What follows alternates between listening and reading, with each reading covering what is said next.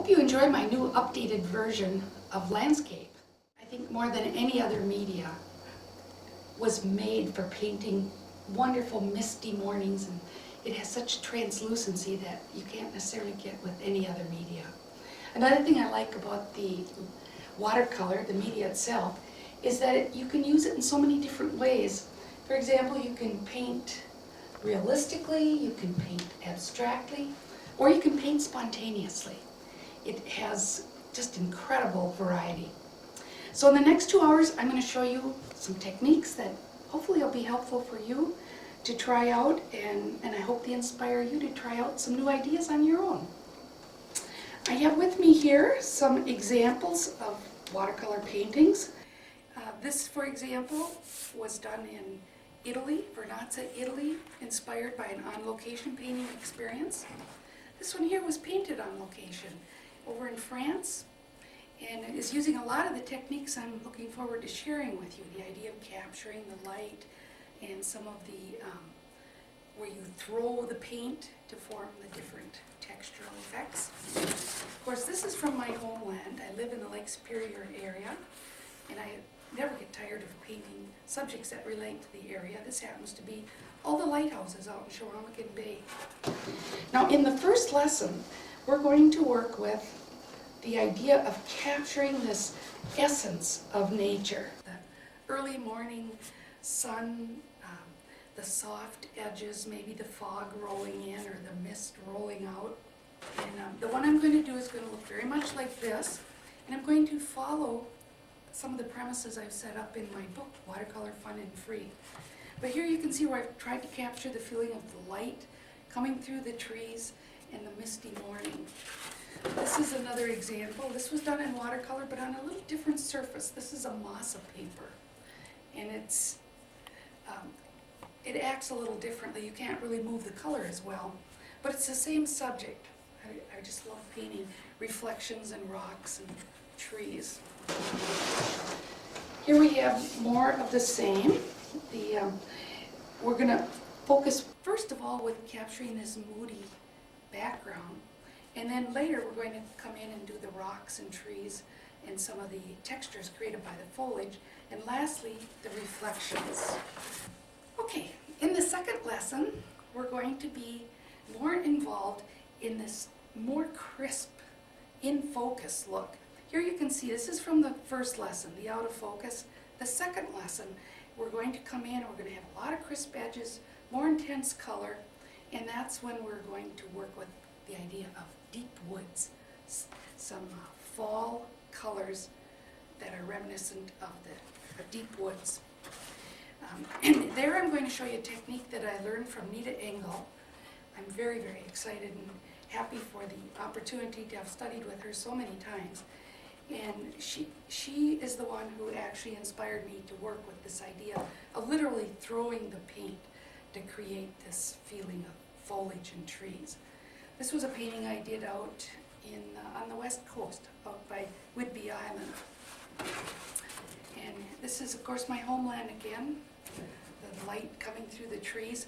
But all of these textures you see here were created by literally throwing the paint down, lifting the color up with a loaded brush and literally throwing it right on there. And once you get this technique down, if it works for you, you can make it become all kinds of things. It can turn into flowers and leaves in potted plants. Now, the third lesson is we're going to go back to a time-honored way of working, where first of all we're going to create the background using the lessons we did in the first part of this video. And then we're going to do a lot more planning. In order to do a painting like this, we have to do some drawing and planning. We're going to have to do a little masking. So the essence of this lesson is simply layering each effect that you want. So these are examples of the layered, where you set the mood, add the trees, and just keep adding and adding until you finish the painting. In our final lesson, we're going to be working with the idea of the crashing surf. This is really fun. It happens very spontaneously, and we're going to work with the theme of birds and the crashing water. And here you can see a rather ambitious one that I did. It doesn't have a lot of color, but it certainly has a lot of birds. I think there's something like 23 birds in this image. So we'll show you these 4 lessons in the next 2 hours. So let's get started.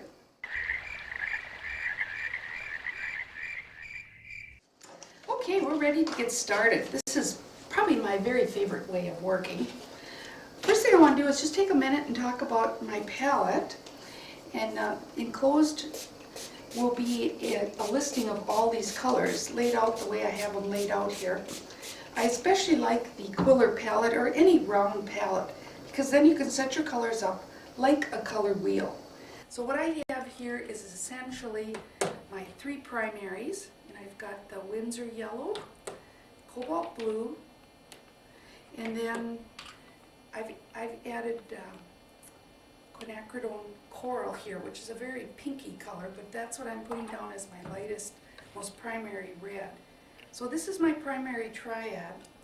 Then in between I have an assortment of other blues, and I've got my permanent magenta, which is now the complement. So what I like about setting your paints up in this circular fashion, you have all your complements across from each other. So I've got some orange across from blue, some permanent magenta across from my yellow, and then across from my red. The only green on my palette is Winsor green, or it's phthalo green. I almost never use this all by itself, but it's a wonderful tool for mixing and darkening, forming blacks, that kind of thing. So the complements are set up, the primaries are all set up, and I really like working this way. The other thing I do is, before I like my paint squeezed out, all the wells filled, and then I like to get started by just moistening the surface with a little fine mister. Now we will be using this fine mister throughout, and what it is, it's a tool that has this very narrow stem in it, so that when I actually spray with this, I get a very fine mist. And just for like a little joke, I actually have a picture of my husband on it. This is my fine mister. And so what we're going to do now is we're going to start just by wetting the paper, and I'm going to work with some very translucent colors. For my underpainting in this, I'm going to switch to Aurelian yellow, and I'm going to use cobalt blue, and I'm also going to use quinacridone rose or permanent rose. Now these 3 colors are all non-staining and totally transparent. So that's the reason I chose them. If I get color down where I don't want it, I can just wash it away. So we're ready to start. We're going to try to capture this feeling of the early morning light. Now I did do a little bit of drawing just to give you some idea. I'm going to have a little pile of rocks in here. So we'll start by wetting the back, and I use my nice big 3-inch hockey brush for this. Holds a lot of water, and in a very short time I can wet the paper. So I want to wet the back first. I always identify which side of the paper is the front. I look for the watermark, and in this particular case I'm also using Arches 140-pound cold pressed watercolor paper. So now my paper is totally wet, front and back, and we're ready to start. I also have some pop-up tissue here, which I like in case I need to have, and you'll see as the water starts flowing, I'm going to be really glad I've got it handy. So the first thing I want to do is I want to capture the feeling of this light source coming around here. This looks kind of corny, but this is the whole idea. I'm going to try to have a very, very strong light source in here. So I'm going to put the most intense color in basically my Aurelian yellow. This is water down here, so it's going to be reflecting in the water too.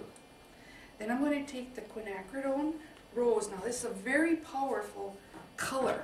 One of the things you have to do is what we call activate the color.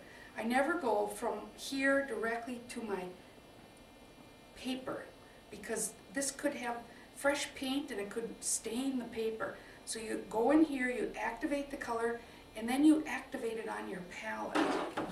So let's start near the yellow, but pull it away towards the edges. So see, I'm thinking about this idea where we're getting this kind of spiral of color coming out here. from our light source. Now because I'm going to show you reflections in the water later, I'm not going to put the color necessarily where the rocks are going to reflect. And then the third color I want to use is my cobalt blue. And again, I go into the color, activate it, and then I activate it on the palette itself. Now the blue I'm going to pull in only from the edges. I don't want to get any of this blue into the yellow because I don't want any green in my sky. So I'm going to pull this in. What's going to happen, the yellow's going to mix with the pink to turn an orange.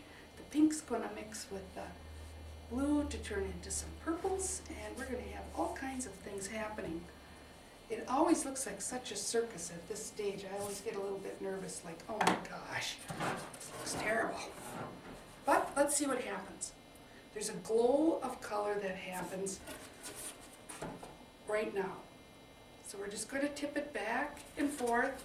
Now if you don't notice the colors are rolling together, then that means you better get your fine mister out and give it a little help. So let's roll it back this way. So right now gravity is painting the picture for me. We're starting to see some of these colors moving together. I'm going to take some of this yellow and just push it along. Go. Get going. Get going. And now let's let it roll back and forth this way. Lots of times if I don't put any drawing down at all, such as the rocks you saw, what will happen is I might decide to flip it over and what I thought was going to be sky looks better as water and so on. So I like actually starting this style with no drawing whatsoever. Now if you see a lot of rumples in your paper, which it's going to do, lift it up and set it down again. Lift it up, set it down again. And this is going to keep your paper nice and flat. I don't actually believe in stapling your paper, soaking it and stapling it. That washes away all the sizing. My very favorite way to work is just like this. Wet the paper for the first time, so you're actually activating that sizing and it's working for you. So now I'm going to take my fine mister and I'm going to start very close. You can see I'm almost touching the paper. Because these are totally transparent colors, they're just going to literally roll right off. So I'm going to roll it back to the white of the paper, get my pop-up tissue, collect some of this extra moisture. And as I see this color rolling, I'm going to catch it for a little while. Then I'm going to roll it back and forth. You can see this very heavy bead of water. It's kind of rolling around. Ooh, look at that rich color. And I think I'm going to switch now to a little heavier sprayer.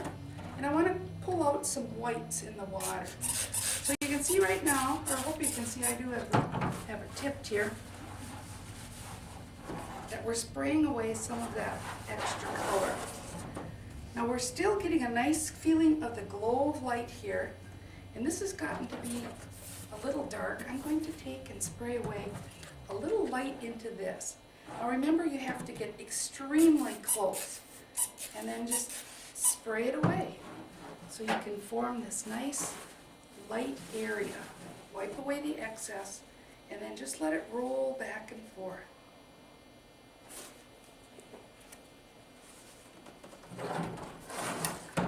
I think we're going to just, we're going to have that up here. Now we have to have that in the water too, because that same light is going to reflect down here in the water. What we're going to do next is we're going to come in here and we're going to start adding some of this very distant background trees. And we might even decide to have a few of these turn into cloud patterns. Now when I want to do my little distant trees, what I do is I've selected a brush called a script brush. It's very small and it's like a round brush, only it has much fewer bristles. And I'm just simply going to take some of the color left over here from my underpainting, and you can see when I mix the blue and the pink together and pull in a little bit of that yellow, look at what we get, a very grayed down color. Now over here it's even more grayed down. We have a cooler color here, a little warmer color here. And eventually I'm going to want to mix up some greens, and I'm going to go into my Antwerp blue and the yellow to make some nice greens. So let's start over here with those nice greens. In fact, let's start with some bright yellows. So if I want to have some trees back here in the tree line, now these trees are way in the distance. So I'm going to put some trees down here that are going to, might even disappear. We'll see. But these are going to be very, very distant trees. And everything is soft and fuzzy at this point.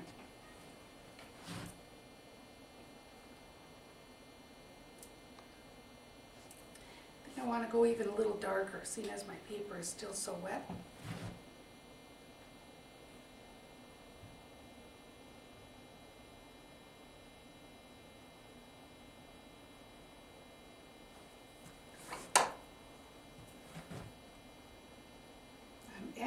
Pure yellow here, because I want to keep, while we're closer to our light source, I want it to be much lighter in color, much yellower.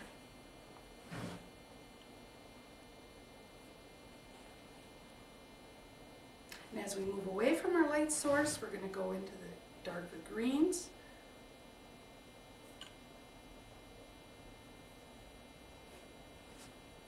And then as I move away, I'm going to put some blue in with this to make the greens even darker and cooler.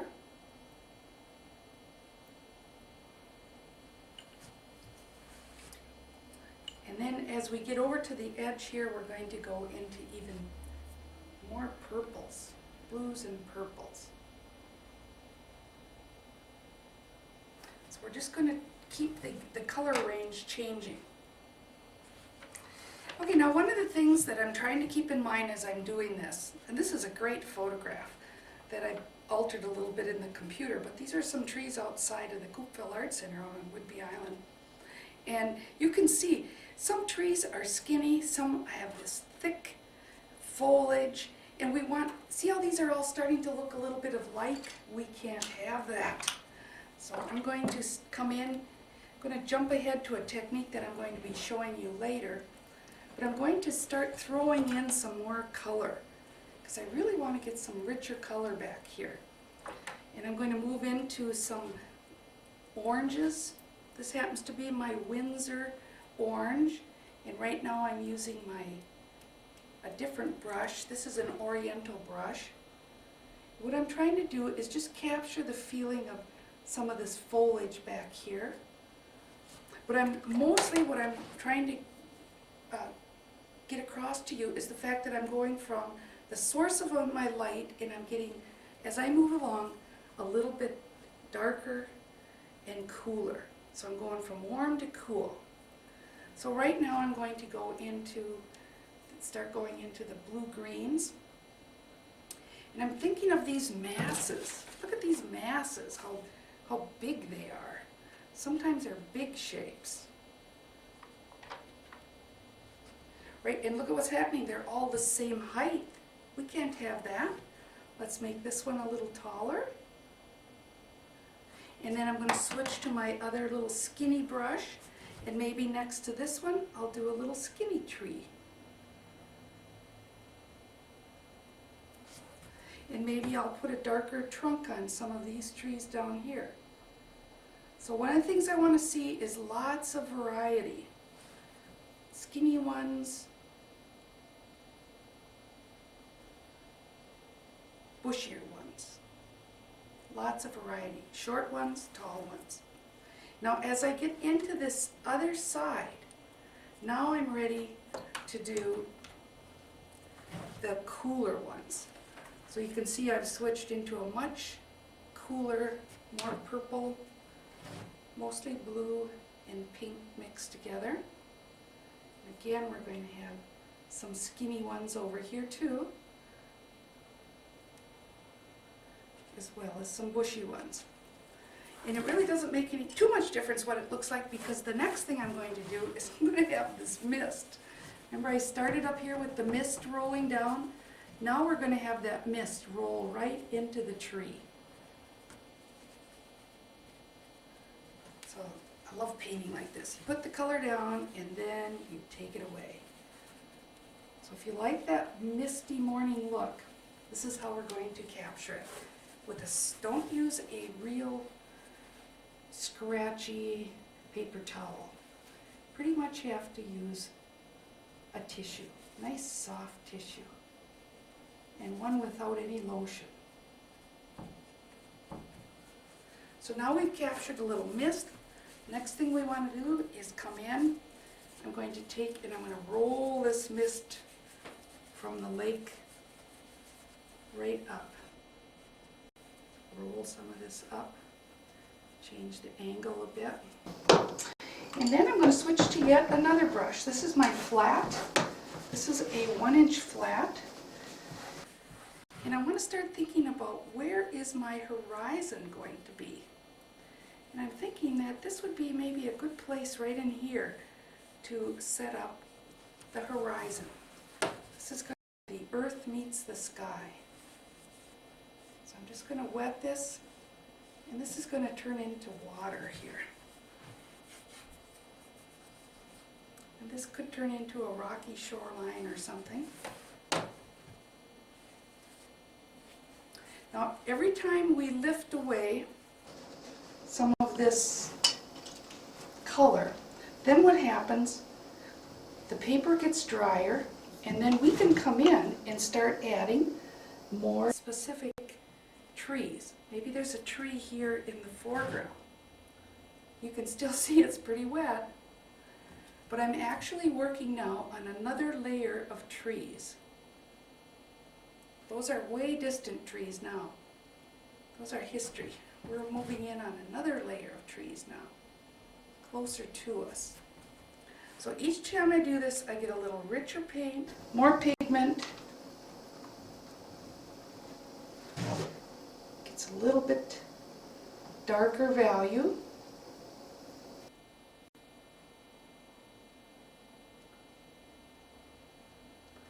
And I'm working with my little script brush again. I like that. It gives me a lot more. It doesn't do too much. It gives me a lot of control. Sometimes you just have little branches sticking out. I actually kind of like that little misty tree there. I'll probably leave that. Maybe add another little one here.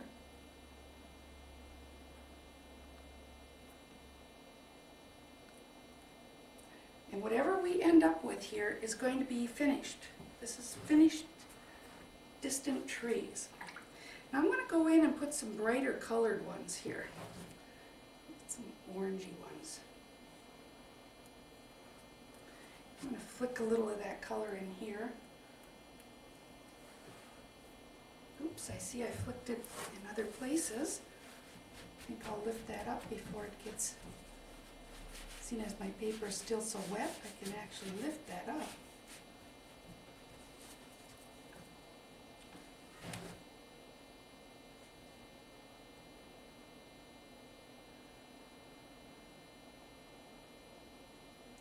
Now this is still distant, so you see how I grade that color down a bit? That was intentional. So if you could see my palette now, it's kind of disgusting, but see what I've got here? I was taking some orange, but I was allowing a little bit of that other color to roll into it. Because what I'm trying to do is I'm trying to capture the idea that this is closer to the sun source. But I don't want it as bright as it would be if it came like I did earlier. That was pure color right out of my palette. So I think we're almost ready to stop. We've gotten some nice variety here. I'm going to do one final. I didn't plan to have this quite so green, but that's okay. See, this is supposed to be spontaneous. Things just happen. And you try to like them.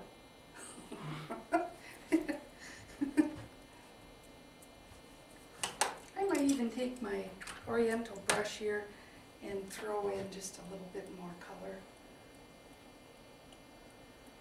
A little green on the purple here. Put a little brighter orange on some of the orange ones here.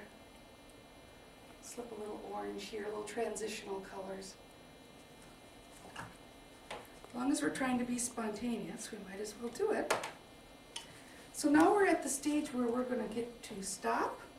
Maybe some of those little spots I didn't intend on, they'll probably turn into birds eventually. So when I come back, we're going to work on creating the dense foliage that's closer to us. Okay, I did think of one more little final thing I wanted to do. I really like the way salt reacts with the watercolor. And I only use two kinds of salt, and that's regular salt, regular table salt, and then a very fine salt called popcorn salt. So I'm going to actually put just a little bit of popcorn salt into this distant tree. It may or may not do much, but I do like the way it breaks it up. And this has to go on. This is the perfect time to do it. Whenever you add salt, you don't do it while you're still working. You add the salt just before it dries. So see, there's just enough moisture left that the salt's going to react with the water, and I'm not planning to do any more painting now until it dries totally. The next thing we're going to do is we're going to start working on developing these patterns of the foliage in a dense mass of trees right here. So let's say, for example, we wanted to have a tree. The trunk would come up here, and it might have some big branches coming out. One of the things we want to do is we want to think about not lining these trees up so they're all exactly 2 inches apart. This is a real easy mistake, just to get them all the same. So I want to start thinking about maybe one dominant tree, maybe several smaller trees grouped together, maybe even some low foliage that's a little different color. So the first thing I'm going to do is take my brush with some clean water, and I'm going to create a pattern of little drops of water versus dry paper. Now, when I studied with Nita, she did this with her spray bottle. So she would use a coarse spray and spray in the water. And I find this works pretty well too. In other words, I'm going to take the brush. This is an oriental brush made with a natural fiber, probably a squirrel or something like that.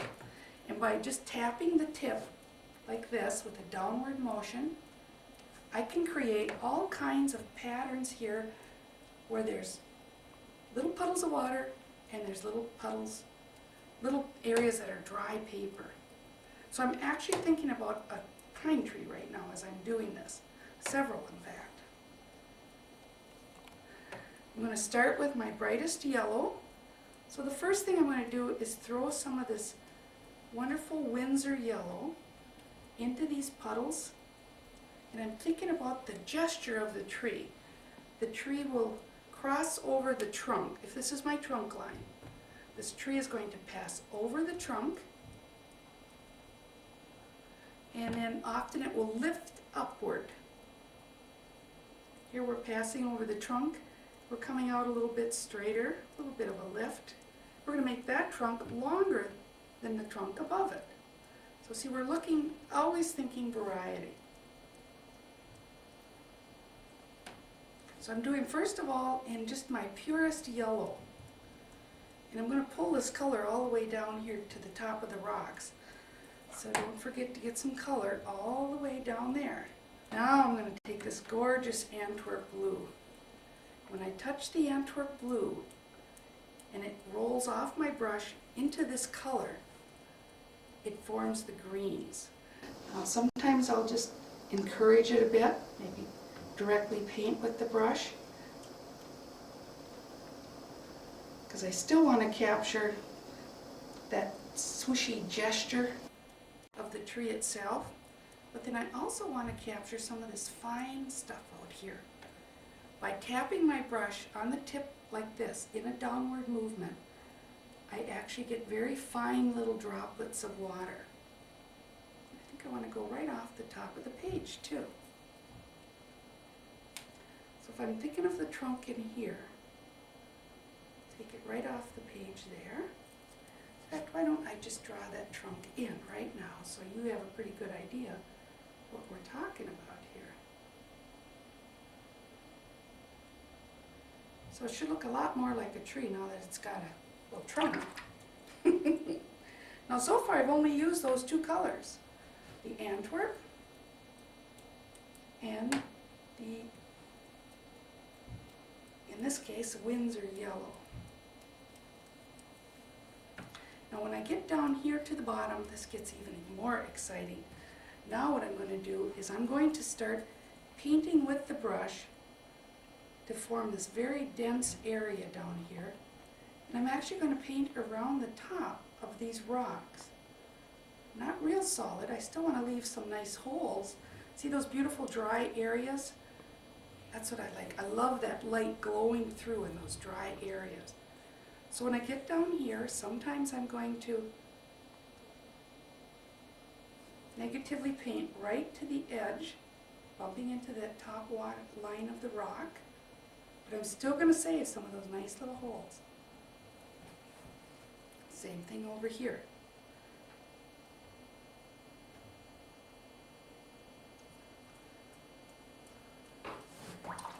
So let's say we're going to add another trunk. I'm going to take some of my quinacridone. This is my quinacridone burnt orange. This is my Antwerp blue, which gives me a very dark, almost browny green. And then I need to warm it up. This happens to be alizarin crimson. I'm going to add a little alizarin crimson to that. And that's going to give me this nice brown trunk. And why don't I add another trunk coming up? And maybe we can even have a couple more little trunks coming up. Again, try to think about having them all little different spot. I'm just throwing some pure water in here now. And this is kind of a vignette style of working, where when I get to the edge of the paper, I like to melt it out. And now I want to get into my gold. This is my quinacridone gold. Oh, this is a beautiful. It's actually a yellow. And I love it. It's just such a nice warm color. You can see those beautiful kind of olivey greens.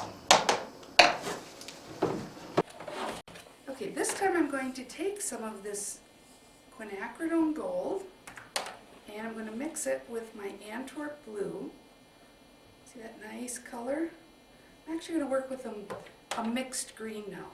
Earlier you saw me put down the pure yellow, the pure blue, and it mixed on the paper. But now I'm going to take and have a little mixed green here. And what I'd like to do is just create a little tree line here. One of these smaller trees. Now, if it doesn't work for you, if throwing the paint doesn't work, just do this. Just touch it into the water. A lot of people don't like throwing the paint. Doesn't work for them. So this is how they prefer to do it. Throwing is like this, flicking it, tapping it. This would be the same, you get almost the same effect. You just touch the little puddles of water and watch them go together. Now the reason I did this, as I've said over and over, is I like these little dry areas where you can still see the color coming through from underneath. But if you want to, you can still do a little bit of that misty lifting. Notice this puddle here, it's huge. I think I'm just going to come in and lift a little bit of that away. So just taking my tissue, coming in and lifting away. I'm going to get a little bit of that foggy look again. Another thing I think this needs, it needs to be warmed up a bit. I'm going to come in here with some of my Windsor orange. That was the color I used over here. Just going to throw a little bit of that Windsor orange in here. to warm it up. And I'm also going to take a little bit of my quinacridone burnt orange, which happens to be a lovely orangey color, and it gives you all those nice rusty, oh, what do you call them? The rusty needles. See, there's a lot of that. And then let's say we have a little low foliage down here in that nice rusty color. I could even put in a little low foliage down here. Warm it up. As we get closer to the rocks, remember what we have to do? We have to negatively paint so that you're bumping into the rock itself. The very top end of the rock, we're going to bump into it. So right now I'm negatively painting around these rocks. I don't want to fill it in too much. I want to leave a little bit of that nice light look.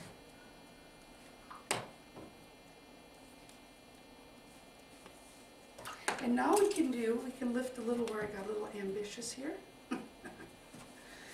Let's have that light coming in again. So if I take my tissue now with these big puddles and start lifting away, see how nice that is? You get that feeling of the light. It's really interesting to see what it lifts away to. Careful you don't lift too much. A little bit is good.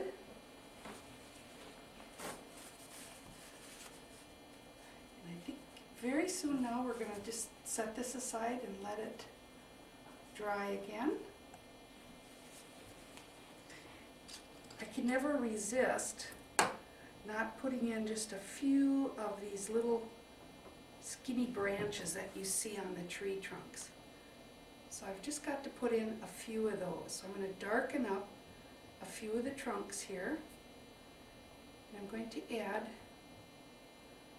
a little bit of the branching. I'm going to put just a little bit of salt coming in from the edge. So I'm just going to put a little bit of table salt coming in here, maybe a little bit over here. Not very much. A little here, a little through here, and a little over in here. One little spot right here. Before we continue with the completion of our first demonstration, I forgot to mention that in my first book, Watercolor Fun and Free, I have a whole section on landscape design. And in here, I talk about capturing the essence, this whole idea of less is more. And I'm going to show you this shortly, how to paint the rocks. And here's the trees. So you might want to get the book out and follow along. And when we do the snow scene, that's basically what this is, the layering. And it's a more traditional way of working, but I think one that you'll really enjoy. Okay, we're back and ready. Now, sometimes when I paint this particular style, I have so much of this color down into the water area that I just simply go ahead and finish the reflection in the first underpainting. But in this particular, every time you do it, it's going to be a little different. So in this particular one, I don't have any of this reflecting in the water. So I'm very quickly going to come in here and re-wet the painting. I'll actually just point that line right down like this. Here too, and I'll move it with a little more green into this one. Now see how this line is tipping a bit. When they're straight down. But when they're tipping, then it has to tip at that same angle but the other way. Yeah, tip that a little too much, but you know what? In the long run, it's not going to make that much difference. Remember, we're capturing the essence. It's a good thing. Okay, so now I just simply want to pick up some of these bigger shapes here. And we'll stay with the cooler colors over here. This is kind of bulky. And so I'm going to kind of be a two-fisted painter here. I'm going to keep the skinny brush handy. So when I'm doing these little skinny trees, I'm simply going to come in with the skinny lines. But when I'm doing these bulkier ones, I'll switch over to my larger brush here.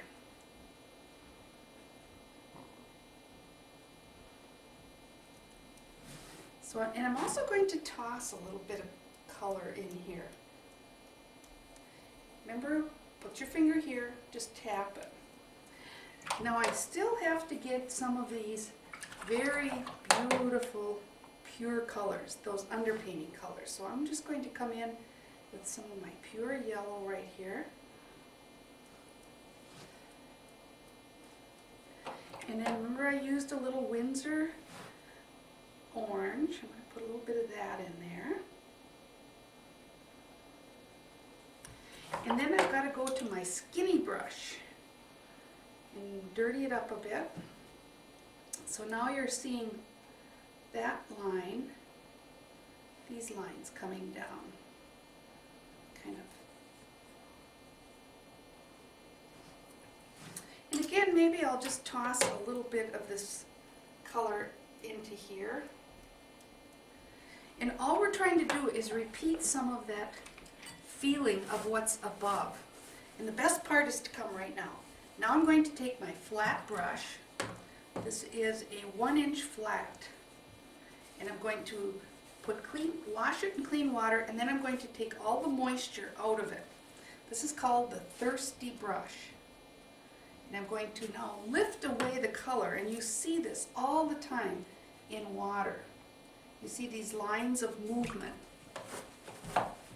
So I want to pick up, see that nice big white shape there? That's going to reflect in the water. So we're going to lift up these whites as we see them.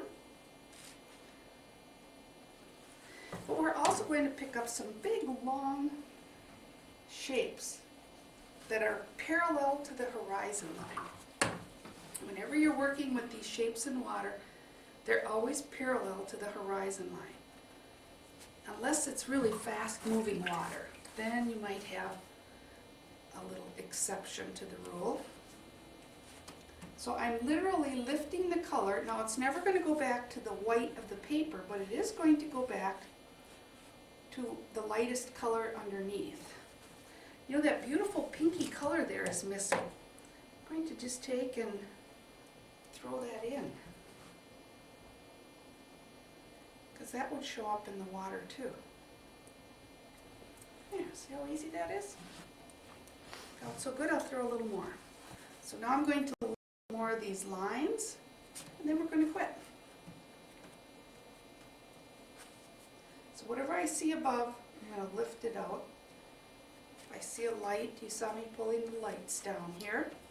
That's very important. And then I always like this nice big white shape here. We're going to want to pull that back. And then the water wiggles a little bit. So we're going to have a little bit of a wiggle. Just a little. Here, maybe moving back and wiggling again. Something to disturb that tree we just painted back in. This is hopefully water that's moving a bit. So whenever you have moving water, you're going to see these little white shapes that are created like by the wind moving the water. My very favorite thing to happen is this, where I will pick up a color. For example, here's my dry brush. I'm going to pick up this color and pull it over here. So pick up the color here and pull it over here. I'm sure it's so subtle it's hard to see in the video, but it's very exciting when it happens. So now again, we're going to let this dry, and then I'm going to come in and do the rocks. And especially in water, I like to have a little breakup. There's very small little breakup in the trees there where I added the popcorn salt. So now I'm going to add just a little bit of popcorn salt, only where my whites are. Whenever I use salt, I'm very careful to only put the salt where my whites are, never in the darks. Okay, we're going to move on to painting the rocks. And as you can see in this painting, the rocks, I'm trying to think about different shapes, you know, kind of long shapes, elongated, taller shapes, small shapes, and then eventually I'm going to be worried about the color. Sometimes I want a warm dominance, sometimes a cool dominance. Here's more purple, more yellow, more blue, more orangey, beige. So we want to get a little variety in the rocks. So we'll start over here. Now I have a very simple formula for doing a rock, and it involves wetting it first, putting in a warm and a cool. I don't mix the color together. I put the pure color in, let it mix on the paper, and then I use wax paper. Now the wax paper is unique. It has a grain to it. So parallel to the selvage edge of your wax paper is a grain that's built right into this. So if I put it down on a rock on this position, I will get a back and forth movement. If I put it on the rock this way, it will be an up and down movement. So I'm always thinking about that while I'm putting that down for texture. So here's a very simple formula for doing the rock. First of all, I'm going to wet the rock. Just plain old clean water. And I haven't talked about this earlier, but off camera here is my water container. And it's just an old tool caddy I bought for 88 cents at Ungroats Hardware, probably 20 years ago. But it does have, it's a 3-holer. So at all times, one of these remains clean.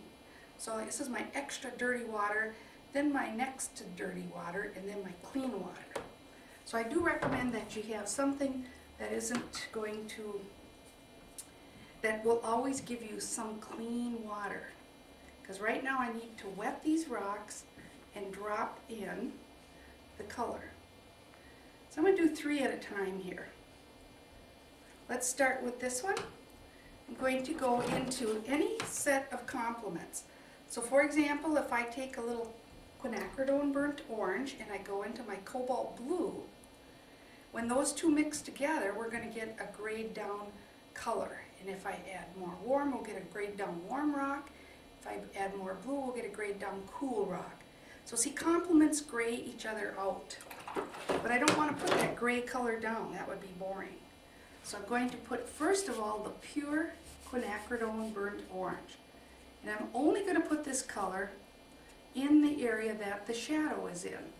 In other words, between the middle part down to the base.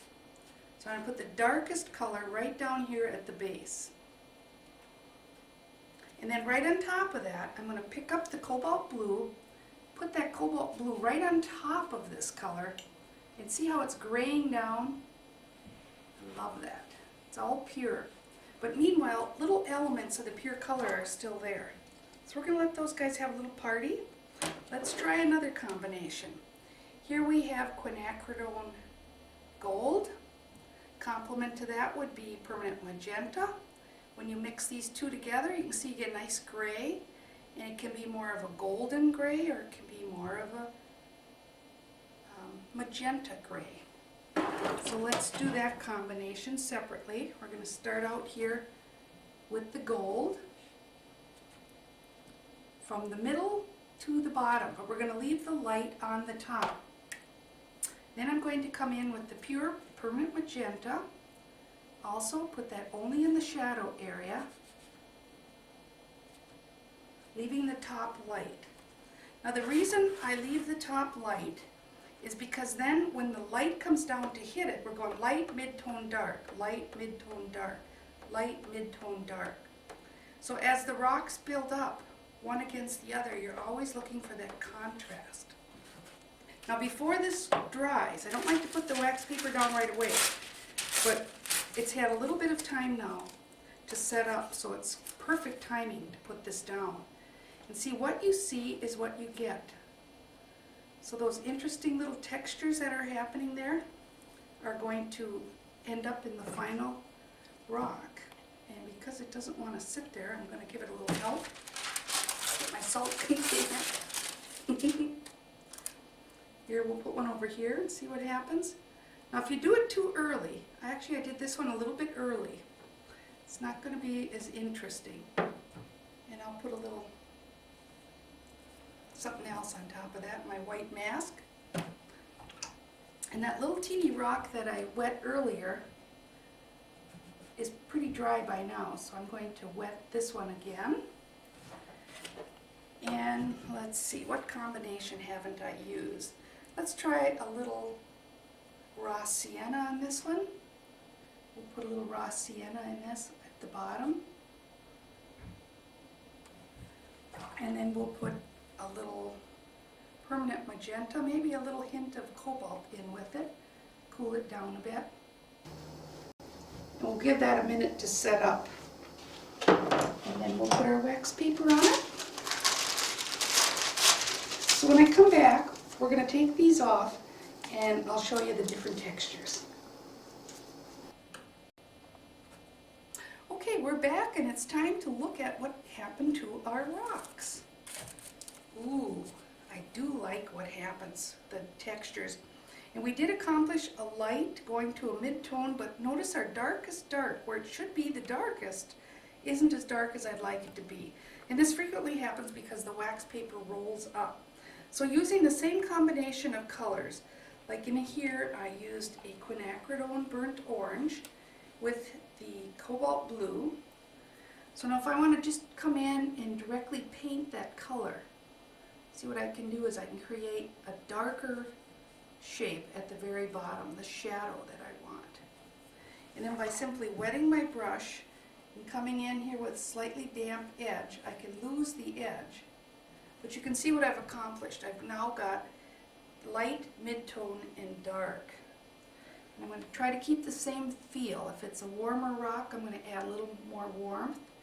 Right here I'm adding a little more warmth to it. More quinacridone. And I kept this one a little cooler with just a little bit more of the blue. So always give them a little different dominance. This one is the one I used a combination of Quin Gold and permanent magenta. And again, if we pop that in just a little bit darker over here and around the edge here, be a much more effective rock. Now another thing I didn't mention, as the rocks are seated in the water, and you'll notice I have the rocks moving forward, back, and back, the water equalizes the bottom of the rock. So it's always straight on the bottom where the water line is. And then the rock behind it is higher up. This is just simply perspective. So don't allow all your rocks to be all in a row. And this time I'm just going to put one sheet of wax paper over the whole thing and just create some nice textures. Then the next thing we want to do is we want to get our colors that we're going to be reflecting mixed up. So I definitely need some of that green, which happens to be yellow in Antwerp. And I might just add a little touch of that quinacridone to darken it a bit. So there's our evergreen color. And then almost all these rocks were made with quinacridone, burnt orange, and we use some of this cobalt, and we use some of this gold, quinacridone gold, and we also use some of this magenta. So I like to have my colors all activated and ready to go. Now let's go back, take just a quick minute to re-wet this again. So I'm taking clean water and wetting beyond where I'm going to be reflecting. Basically, I'm not going to do much in here, but I don't want to wet to here and have a dry area because the color will run and form a hard edge. So we have to wet beyond where we're going to actually be putting the color. And then I'm going to wet up to the edge of the rock. There. Now that was a lot of wetting, but that you'll see that's very, very important. Now I'm going to take, and the first thing I'm going to do is, I notice this yellow needs to be pulled down. See how the yellow kind of ends here? Some reason I didn't get enough yellow down into my water. So the first thing I'm going to do is try to pick up that feeling of the light reflecting in the water. And usually you don't have to worry about this because you're underpainting. We painted the sky, but see, I got a little stingy with the yellow down here, so it won't hurt. This is my Aeolian yellow. And see, that yellow is rolling all the way back here. So I'm just going to put a little bit more active yellow in there. Oh, it feels better already, you can see. And it helps to stand up too, because then that way you're getting a better perspective on this. Now we're going to go and the thing closest to the water is going to be the first thing that reflects. So right here we use this quinacridone burnt orange. And this is and pretty much I use that in a lot of the rock here. So I'm just going to pull that color down. It has to come down at least as wide as the rock. So again, I'm not going to use a mixed color. I'm going to put the pure color down. And it's over here. And it's also over here.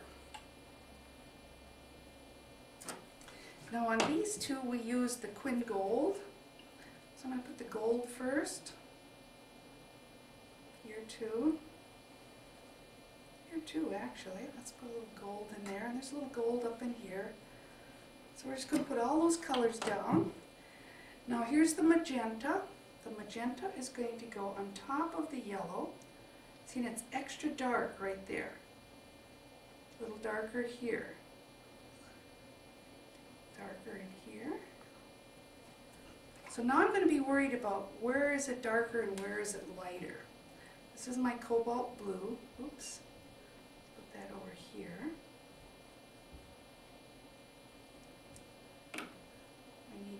Now reflections, generally speaking, reflections are darker than what you're reflecting. But when you're working wet into wet like this, it's hard to get darker. So we're just going to do the best we can. This one's a little warmer, so now I'm going to put a little Quin orange in here too. I'm going to put just a little bit more. I want that to reflect warmer. So this seems tedious at the time here. It's never going to match up exactly. And we don't care because later we're just going to pull all this color down. Oh, you've got to get much darker in here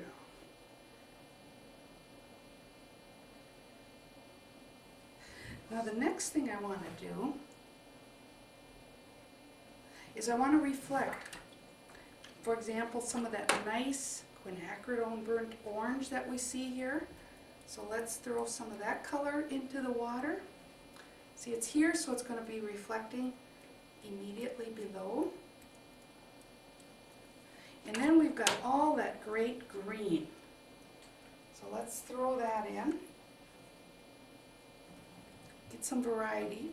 I'm adding a little bluer color here. And everything is so wet. You have to go really, really thick with the paint. Now I added some more yellow.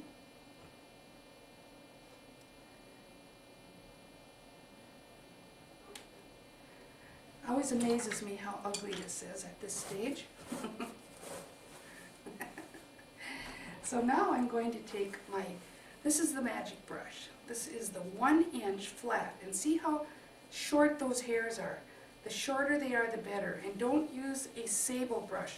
Use a real 100% acrylic white sable. That's stiffer. This is a very nice stiff brush. First thing I'm going to do is look, okay, here's a light. I'm going to pull out a light. So I'm going to pull that color down right there into the water. The lights are the most important thing.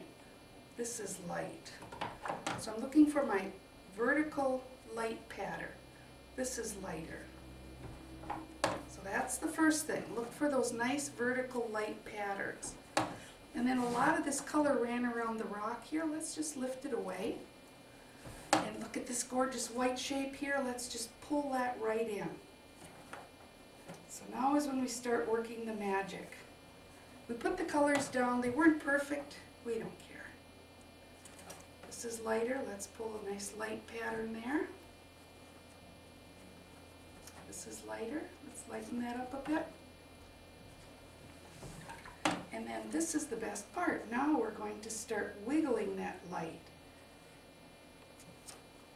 We might even pick up some of this color and deposit it over here. Pick up some of this color and deposit it over here. And I like to go for the major lights if I can. Whenever I see a lovely white pattern like this, I carry it on into the rest of the reflections here. Let's pull that white in. We don't really like that big green blob there. Let's just lift that away. Let's lift that one away.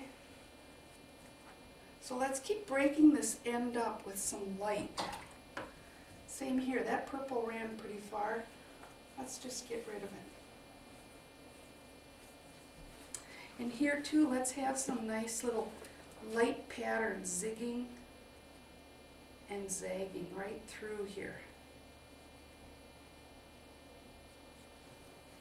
Remember, all of these movements are going to be parallel to the horizon.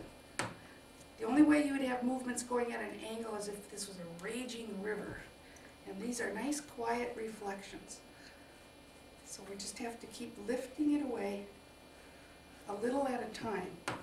Now when you do this, the color keeps going back in again. Ooh, I like that. Let's get some nice wide ones here.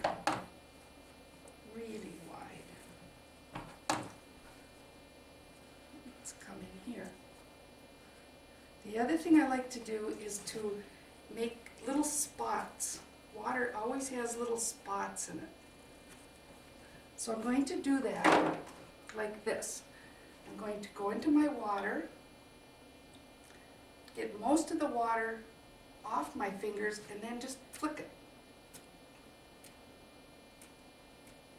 See that? I don't know if you can see that in the video, but hopefully you can. There's now all kinds of little spots there. Then for the last depth-defying act, I'm going to come in with my popcorn salt. Now this is the very, very fine salt. I'm only going to put the salt where my little whites are. So I'm going to put just a little bit of popcorn salt here. And then I'm going to put a little bit of the regular salt out here, where it's closer to the viewer. And again, I'm only going to put that in the white shape. Maybe just a few little grains only in the whites. Okay, this is the best part. I'm now going to put a mat on here so you can see the finishing touch. And what we basically need now are just maybe some edges that need to be softened. And often I will just do it with a tissue. Just a damp tissue. Some of the edges over here on the very edge to keep with that vignette style. I might just soften and lighten a few of those edges. Now here's a very interesting effect. If you like this look, this is called the finger of God coming through the tree. And you actually see this on just a few occasions when you have a very strong backlit subject. The light will come through and form those light shapes. And in this particular lesson, it's kind of interesting. Be careful, that brush is wet. Here we go. I guess they're all wet. But if you'll notice, what we have here are the spokes of a wheel. The light source is so focal that all the light is coming out like the spokes of a wheel. And so that's exactly what's happening in this particular lesson too. We have this very strong focus of light going warm to cool. I mean, it's so dramatic. I've even been evaluating whether or not I should pull a little more yellow into this, and I may yet, but at this point we're going to stop right here.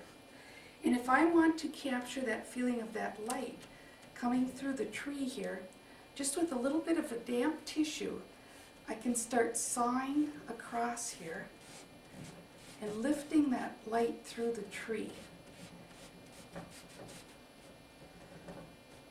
And it would get wider as it comes out, narrow to wide. Let's do another one. You can't just do one, you have to do several. So maybe if I start over here And I'll have that light soften it up in here and move out like this. Each time I do this, I can take a clean tissue. How about right here? We'll do just a little bit, lift the color, and we'll even soften it as it touches the top of the rock. This is going to soften that edge. So you can see we're starting to capture that feeling of those rays of light as they're peeking through. Maybe one more up in here, and I think we're going to have it. So I hope that this has been beneficial for you, that it will encourage you to take some inspiration from this video, and I hope it goes well for you.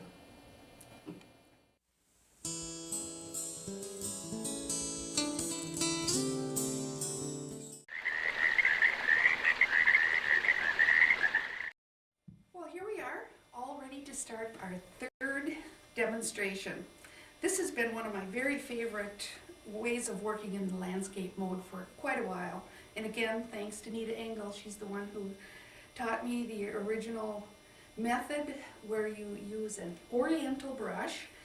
And the reason we do this, let me repeat this again, the reason we use an oriental brush is because it's made from a natural fiber. And the natural fiber releases the water, releases the paint. Whereas in a brush that's made with 100% acrylic, or what's often called white sable, holds the paint so much that when you're trying to release it, it won't release. So it becomes a very frustrating experience. So it is important to have a brush that has a natural, like a squirrel or some kind of sable, some natural animal hair, because that will release. And you'll see later that the paint literally rolls off the tip of my brush. And what we're looking for is this idea of creating the patterns of color moving through the picture. And what I'm going to do is I'm going to create for you birch trees in the fall, and I'm going to do the drawing in a minute. So here you can see this particular picture here pretty much symbolizes yesterday's, or the first demonstration I did, which has the out of focus, distant look. This is the kind of thing you don't necessarily draw it in because the pencil lines don't erase later. So you just let that happen. Keep it spontaneous, wet into wet. So we have the extreme distance, the closer to us area, and this is the focal point. So this is what we're about in this particular demonstration. Everything we're going to do now is in focus, quite crisp, quite colorful. And what I have in mind is to, first of all, do a very quick drawing. Identify the front of your paper. Right now I've got Arches France, which is my favorite paper, as you know, 140 pound, and I can read it right here, Arches France. So I always try to have the front of the paper, because the front of the paper is going to have much better sizing. And then what I want to do is identify just some basic shapes to these birch trees. And I don't like to have them looking like soldiers all in a row. So I'm going to start out with just some shapes. And the trees are round. See, so we're going to have some of the scarring on the trees. Now, for example, if my horizon line is about in here, the lines on the tree are going to be straight at that point. But above, keeping perspective in mind, the lines are going to go around. So they're going to come from the horizon up, around, and down to the horizon. Same down here. The lines below are going to start from the horizon line and go around this way, back up to the horizon line, and they're going to be straight at the horizon line. Now, for example, when we do this, I don't want to put the tree right in the middle, so I purposely put it off to the side so that we have two different negative shapes to work with. Let's do another little clump of birch trees here. And again, I'm looking for everything to be interesting. I don't want these trees to be too straight. So as often as I can, I try to change the movement. See how that shape is unique. Maybe this tree could be just a little bit thinner. coming down. Maybe this branch could break out up a little bit and back down again, touching off the edge of the page. Birch trees often grow in clumps like this, so putting two together is good. And if this one ends up a little bit higher, maybe a little darker, this one ends a little lower, maybe we can add a little skinny tree in the foreground that crosses over the trees. Crossing over, this kind of thing. So now we're trying to get all these negative spaces different. And do your drawing dark enough so that when you start throwing paint, you can aim. I want to put the colors between these spaces. And then sometimes you might think that's the birch tree instead of that. So I often identify some of the marks, like the scarring. So when you have a birch tree branch coming in, that's usually where the major scarring takes place. So maybe we should add one more branch coming up here. And I'm trying to make every branch different. And look at, I just did. I made them almost the same. Well, let's add another one coming down. This is behind this, so it's going to come up behind it. I don't know why, but that always happens. Okay, so now we know which are the trees, which are the spaces in between. We're just going to indicate some ground foliage here, and we're going to keep it very simple. Now the thing I want to identify first is this pattern making. So I'm going to make most of my patterns just with a tapping of the brush like this. And I'm hoping that it will show up on this dark paper, that you can see the patterns.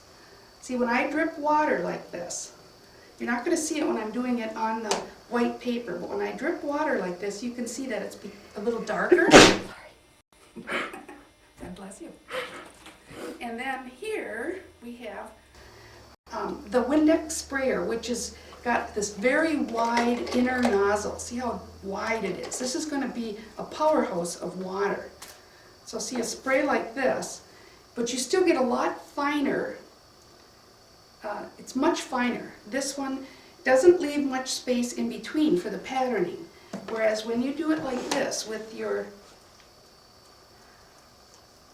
squirrel hair, whatever this happens to be, where I'm tapping, put my finger at the end of the brush and tap in a downward motion like this, you can see we're getting some very nice patterns that are quite large. This is what I want.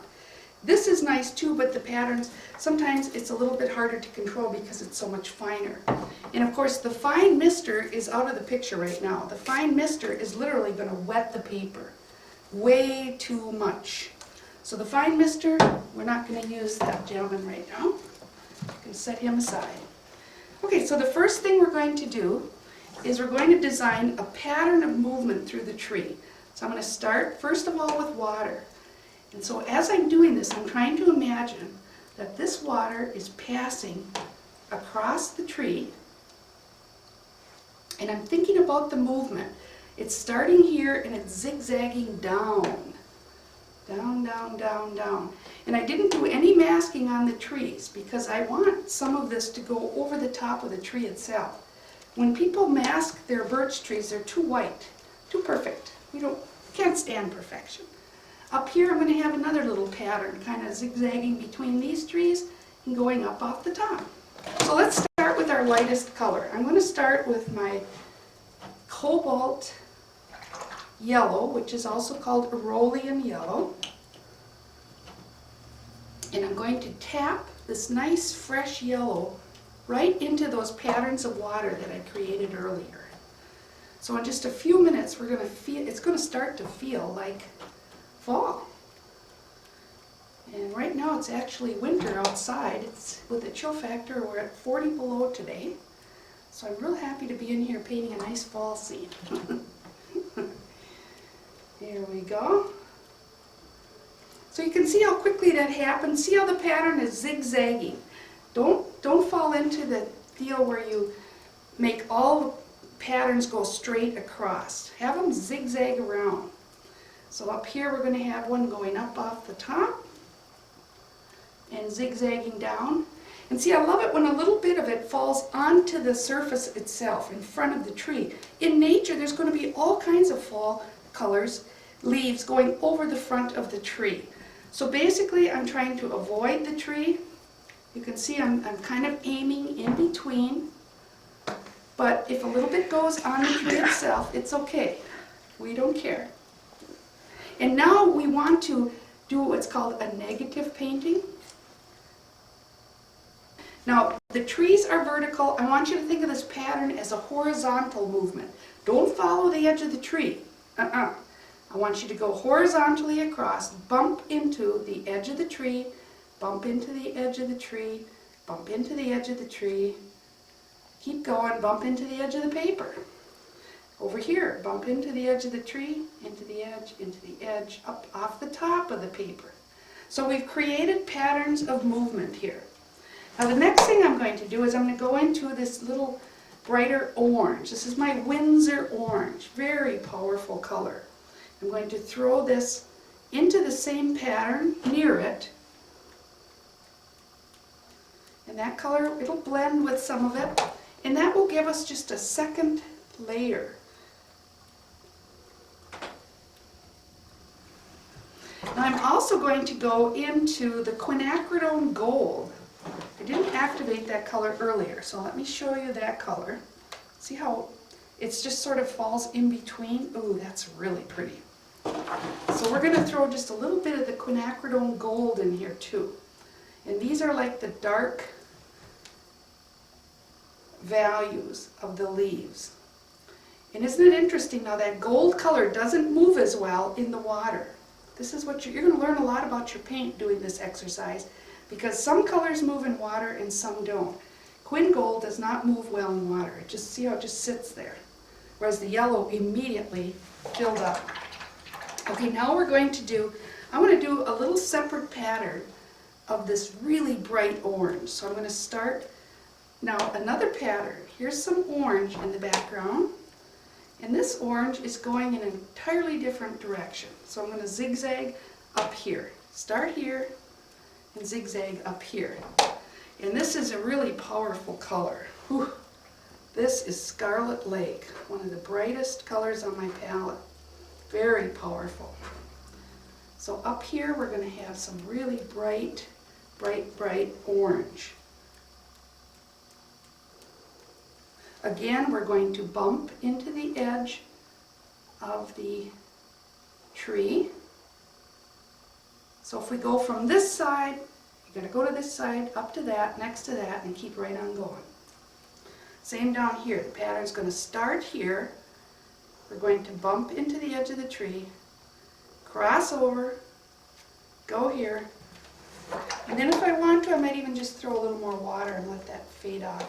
I do like to touch, see, the edge of the paper. Now what I want to do is create a very dark color of green. First of all, put some clean water down, because we need a new pattern of water. So here's where my greens are going to go. A little green in here, coming through here. Maybe some green up here, going up off the top. And I think I'll pass this green down here and take it off the edge. So we had to start another whole pattern of the water.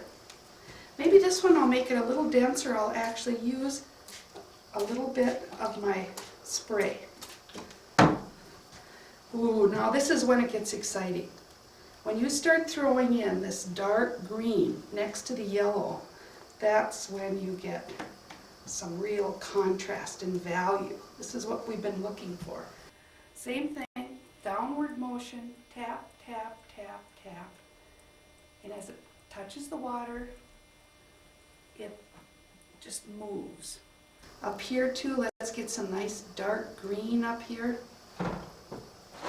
I might come in with just some pure blue even, Antwerp blue. When that Antwerp goes into the yellow, we're going to see some yellow greens. So we're going to see a lot of action here. When the green goes into the orange, it's going to just get really dark. See how it's just turning black? So I'm going to get the darks just from the orange that's on the paper. So now we're going to create our darkest darks. Again, keep the pattern. I see I've got two patterns almost paralleling each other, so I'm going to get darker as I go up off the top here. And I'm going to get more yellow-green as I move down here just for some variety. Now at any time you can come in and add just water. This is just water because I want to see these patterns a little bigger. See, I'm just throwing plain water now. Sometimes I don't have any pattern of water up here, so now I'm going to just throw water into it. By now you should start seeing some of the white of the trees, the actual birch. So here's where it really pops out. We're going to take negatively paint next to, in this case, the branch that's going off the page. Over here we're going to bump into the edge of this tree, bump into the edge of this tree, come down here, bump into the edge of this tree. Up here, let's carry that across. We'll get a nice dark shade point up.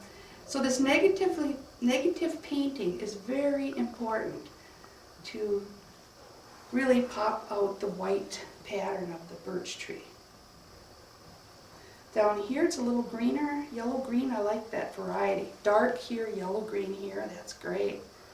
And then we've got this little space between the tree here. And over here, bumping into the edge of the tree. And I do want to go off the edge of the paper in a few places here. The last thing I'm going to do is a few little colors down here at the base. So I'm going to come in and do some earthy colors down here towards the bottom, going off. These are the leaves that have fallen on the ground. So we're just, again, starting out with wetting it first, a little bit with the Windex sprayer, and the bigger shapes from our natural bristle. And this time I'm going to throw in earthy colors. So on the ground you're going to see raw sienna. We're not going to see a bright yellow like that. That's a birch tree fall color. This is a ground color. So now we have the raw sienna, and I'm thinking of some of the things that are going to be happening down on the ground. Some grassy shapes coming right up in front of the birch tree. Some of this can go right off the bottom. So more of a direct painting now. We've been doing a lot of throwing of the paint, but it won't hurt just to do a little actual painting. And then I'm going to go into the quinacridone burnt orange. Now this is a color that you often see in low foliage. It's like burnt sienna. It's a very earthy color, but it's just a little bit brighter, and it's got powerful tinting powers. So that's some of our low foliage that just happens to be here. I'm going to pick up a little bit of this extra as it's rolling off the edge. And then the last thing I want to throw is a little bit of this this is the pure quinacridone burnt orange. I'm going to pick up a little bit of that. I'm going to toss it into my greens. And this gives you the rusty pine needles. So just a little bit of that thrown into the greens is really beautiful. And then the other thing we're going to do before we quit this particular session is I do want to have some of these edges lost. Notice now that every edge is crisp. Crisp, crisp, crisp. We've created some interesting patterns through here, but now I want to have a few soft edges. So I'm going to take now my fine mister. There he is. Remember, this is the one with the very narrow inner. So I'm going to take my fine mister, and protecting it here with my hand, I'm going to take and just spray so that some of these colors are going to soften and vignette off to the edge of the paper. Maybe a little bit up here, maybe a little bit over here. So this is going to soften the color a little bit. I might even get in here with my finger, do a little finger painting.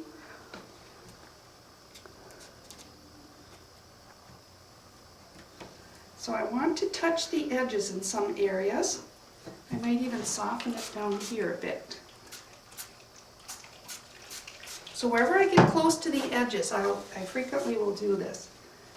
And I might even lift a little of this extra color that I don't want to roll back under. So I'm going to lift away a little bit of this extra color along the edges. This is a vignette style of working. I love that, where everything melts. When you get close to the edge, it melts. And if you like even more texture, you could add like a little bit of salt in a few of these softened areas. We certainly don't need any salt in here. They're plenty textured. But if sometimes, like on the low foliage here, a little hint, this is regular, just regular table salt. So I'm just going to put a little bit of salt in there to soften it. Okay, now as you look at this painting, everything's dry. You can see I've got a nice little salt texture here and there. I'm going to wipe away the salt at this point because I don't want that to reactivate. Get it off of there. And now I have an interesting edge. If you're familiar with birch trees, the edges curl back and it's just wonderful. Now here's an actual piece of birch bark. Now, and if you look at the back, look at those beautiful warm burnt sienna colors. And then if you look at this side, and you can see how it peels back and there's rough edges. So to me, these edges, not having been masked, are more like a birch tree than one that is perfect. And then you can see these little shapes. Those will be added later. But what I want to show you now is the color. Now if you take this beautiful burnt sienna color, I'll put it up here. See, that's this color in here. And then if you take some cobalt blue and mix these two colors together, see what you get? A beautiful gray. And you can get a cool gray, or you can add more of this and get a warm gray. And those are the colors of the birch tree. These colors right in here. Cool grays and warm grays. But I would never take and mix those two colors together and paint it. What I prefer to do is mix the colors fresh. So I'm going to start with some of my pure quinacridone burnt orange. And I'm thinking about my sun coming in from this side. So I'm going to put this burnt orange color on this side of the tree. And I'm going to do what we call scumbling.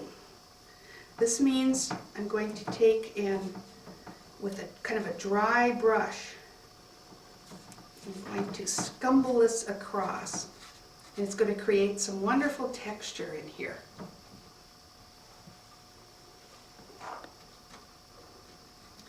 So only working from the one side now, because I'm trying to create the illusion of a shadow side and a warm side.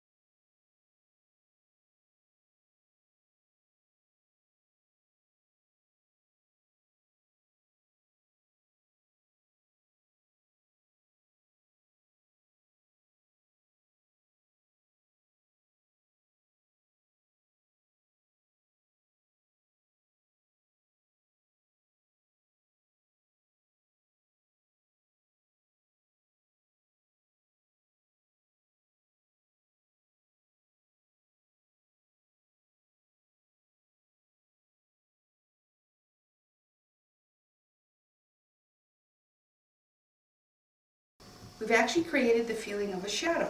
Now I'm going to take some pure cobalt blue And putting the pure cobalt on top of the orange, we're now going to create the grayed color. But at the same time, we're going to keep some of that beautiful warm color. So instead of having a mixed color, they're mixing on the paper. And again, I want to get these textures, the dry brush, scumbling look. I'm thinking about the lines of perspective, the way they go around in this direction here, starting here, going around.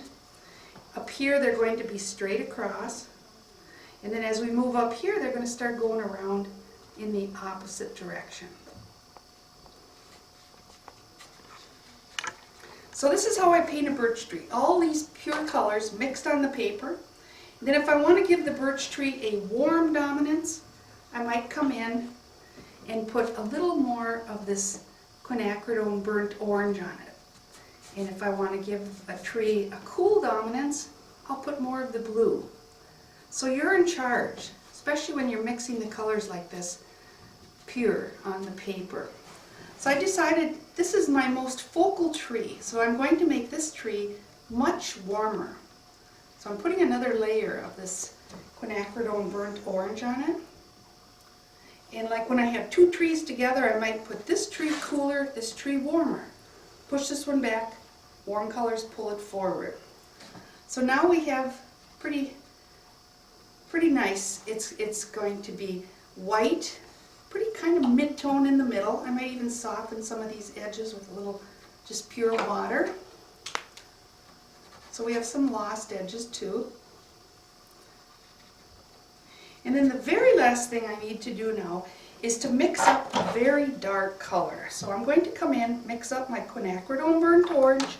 I'm going to add a little alizarin crimson to it and Antwerp blue. And this combination is going to give me a dark color. If I want it really black, which birch trees are, I can just simply keep adding more blue and it will move almost to a black. And if I want to, I can add more red to it or more of the orange, and I can work into a more brown color. So take your pick, black or brown. Just depends on how much of the various colors you add. Now I'm going to switch over to my knife, because what I want to do now is I want to put in some of this scarring. So I'm picking up the paint on the edge of my knife. As I tip it, it's going to roll off the tip. And we're going to get some of these nice scars. Remember they're straight in here? They're more bent, round, a little bit rounder in here. I might make them quite dark here in the... Sometimes I'm going to pick this color up. See where I have a nice white behind it? It would be nice to make the tree darker. So I'm going to pick up and make it darker on this side. And make sure I get those lines going the right way there. Wake up here. And then up here I'm going to leave it light because it's dark behind it. Now here where I'm in a yellow pattern, I almost have to put a little bit of dark on this side to pop it out. So that's what I'm going to do. So I'm going to make the tree dark against the light. Quite light in here too. But then when I have dark behind it, I'm going to leave the tree lighter. Just maybe do a few little random scars. Now branches are generally very dark on birch trees. So this branch that's coming in here with the big scar, I'm going to paint that as a dark, as you see it peeking between the branches. So as it appears between those patterns, we'll make it darker.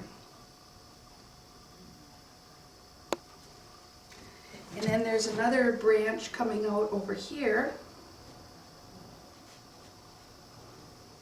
going behind this tree, coming out over here.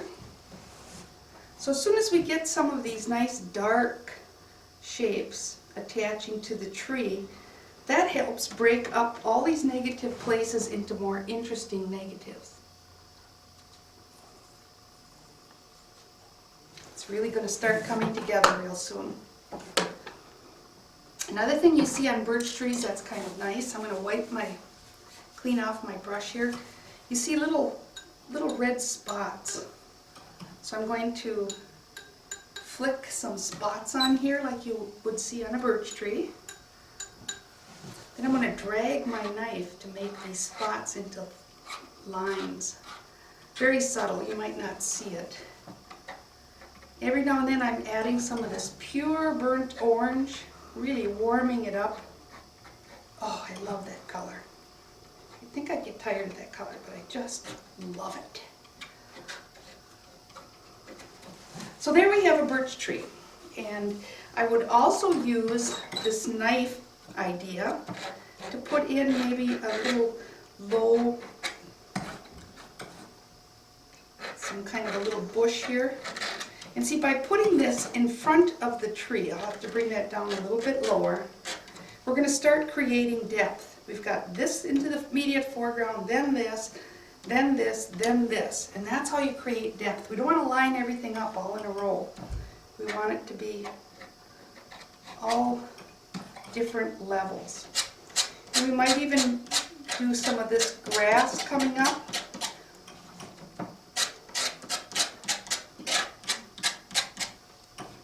And I might even mix up a nice grassy color using some of my raw sienna. So I can put some of these grassy strokes in with a nice grassy color on top of what's here. I think that will look a lot better than what I was doing. That was way too dark. This is a better transitional color now. So I'm using the same color I used underneath on the soft wash, only now I've made it darker and putting it down as if it were some grass.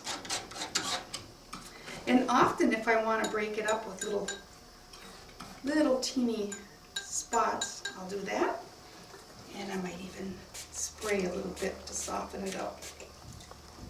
So when we come back, I'll have all the trees finished and we'll take a look at this. I do have a working mat here, and it's always a good idea to take a minute every now and then and look at your painting with a mat on it to see if it's the way you want it to look. It's so much easier to evaluate your work if you have it presented better. And so I find these working mats really invaluable. In fact, sometimes I'll leave the mat on and I'll actually do some of my finishing with the mat right on it. That way I don't overwork it. It's so easy to do too much. And see, I am trying to make these a little bit understated and fresh looking.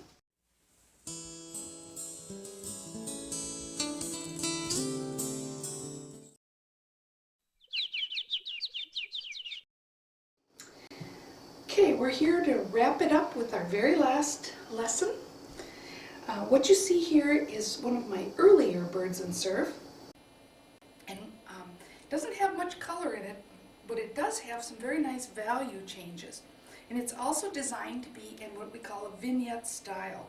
Notice all the white along the edge, and then this white pattern that moves in, touches the edge, moves through, comes out again. So I'm going to do another variation today, more like this. And I'm hoping to add a lot more color. And so what I'm trying to do is kind of what we did in the first lesson. I'm going to capture the glow of maybe early morning, late afternoon light. Notice how the yellow is surrounding the bird. I'm hoping, that this will be kind of the center of interest. And the premise of this whole lesson has to do with working with all transparent colors. If you use a staining color, and then later when you have the tissue and you're trying to lift away the surf, what happens is the staining color will actually stain the surface. And in fact, in this painting you can see there are some greens from Windsor or phthalo green. So the premise is we're going to put the color down and then we're going to take it away, and hopefully it's going to look like the water bursting into the surf.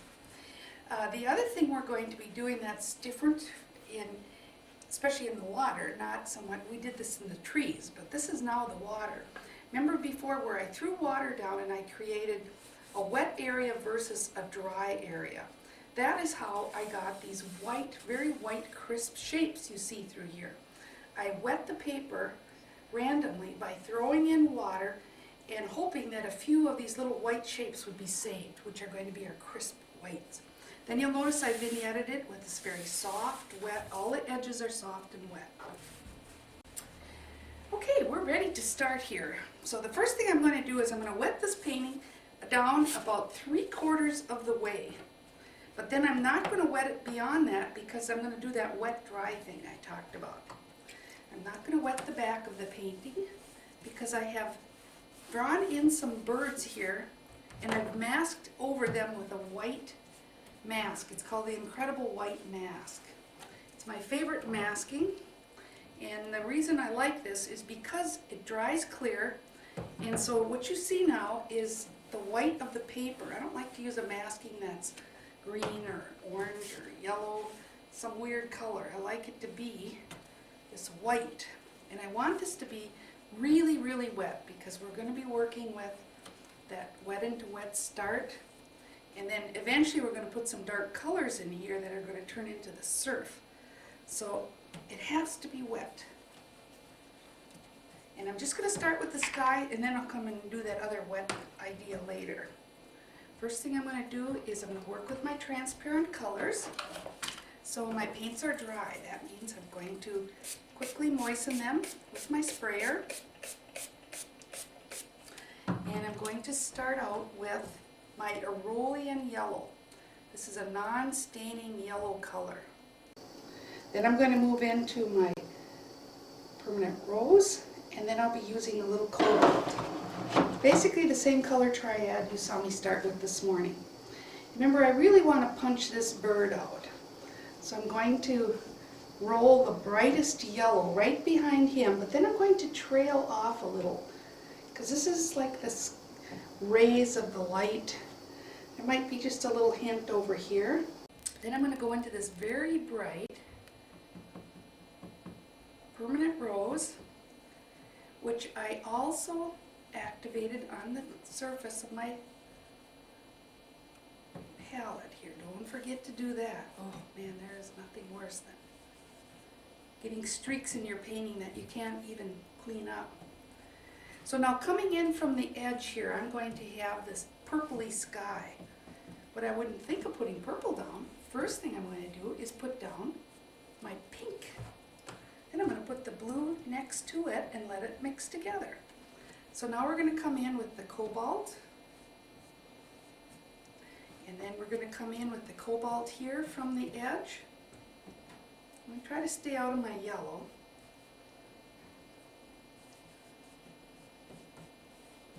And now we're going to let these colors have a little party.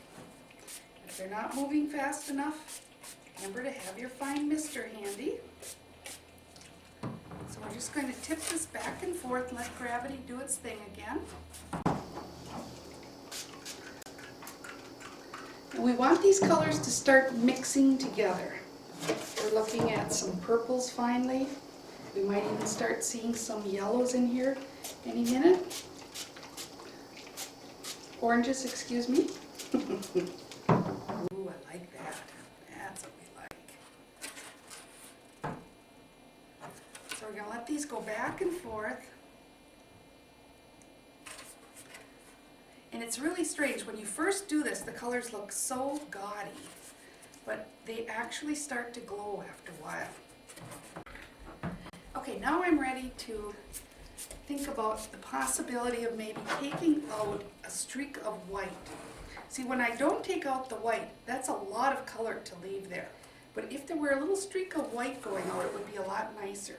So I'm going to start here, next to the yellow, and very close to the edge of the paper. And I'm going to let all that color just run right off of there. Then I have to tip it so that extra water is kind of equalizing back and forth.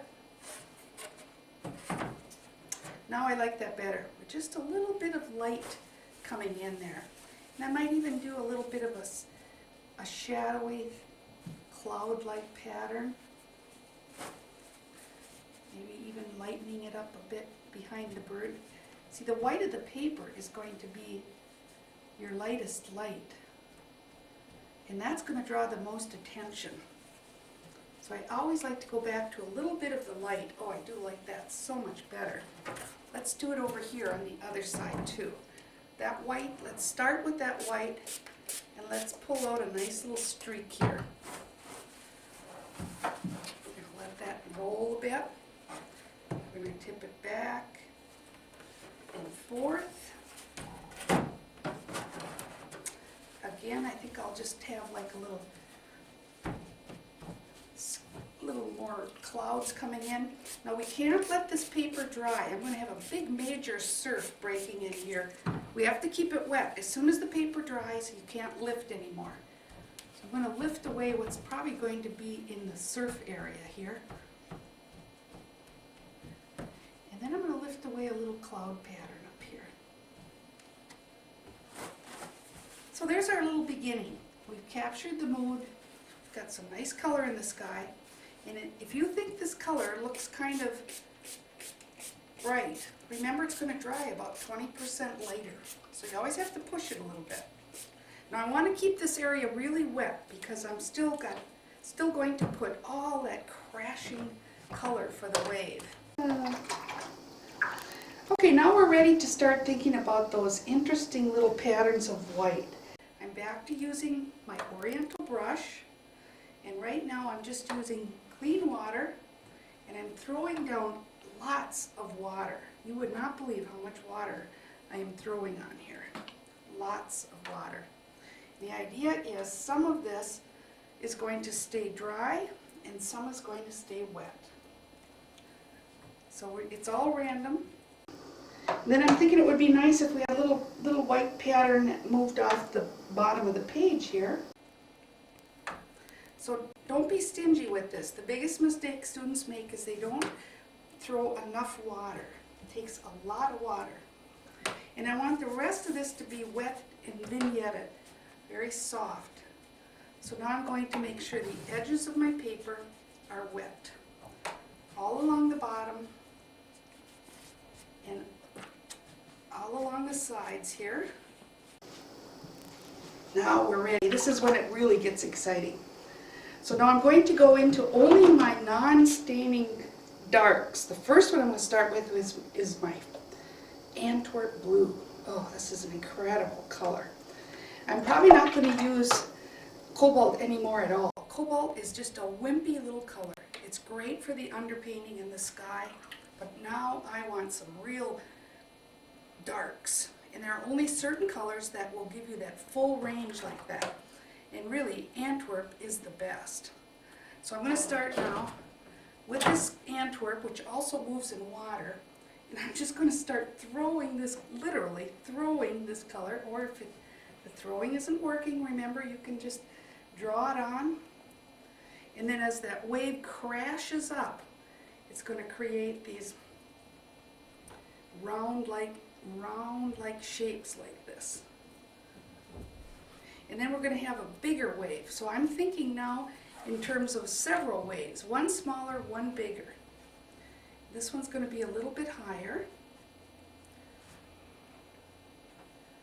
And then down in here where it's wet, dry, you can see how it's saving those nice little whites I was hoping for.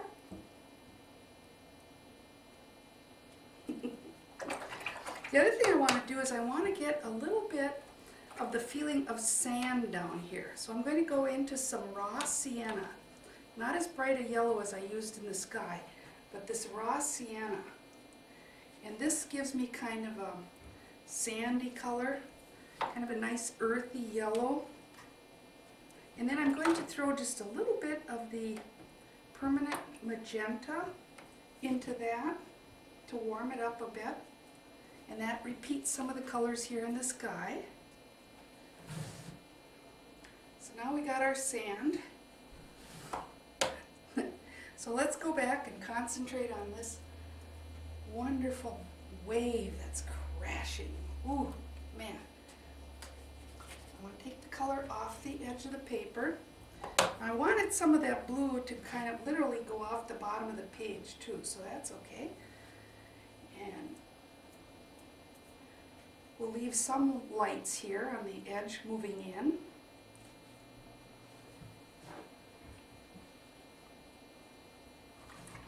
Now I still want to get some pinks in here too. So this happens to be a little permanent magenta that I mixed in with the Antwerp. That gives us a nice little bit darker value, and it warms it up a bit. See, I really want to get some nice kind of purpley tone in here too. I gotta be careful. I don't want both these waves the same size. In fact, I think I'll just throw some more so that these waves go way back. I might even put some of this pink in full strength over here. Let it mix on the paper.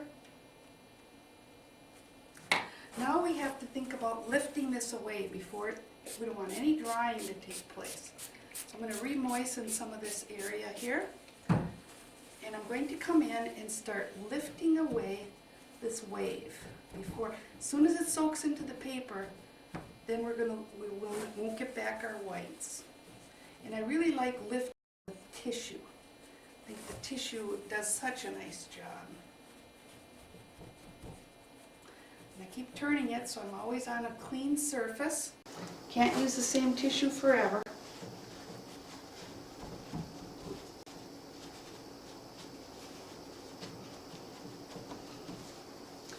Pretty fun. Here's our breaking surf. Maybe we'll have another surf. This one's kind of rolling down.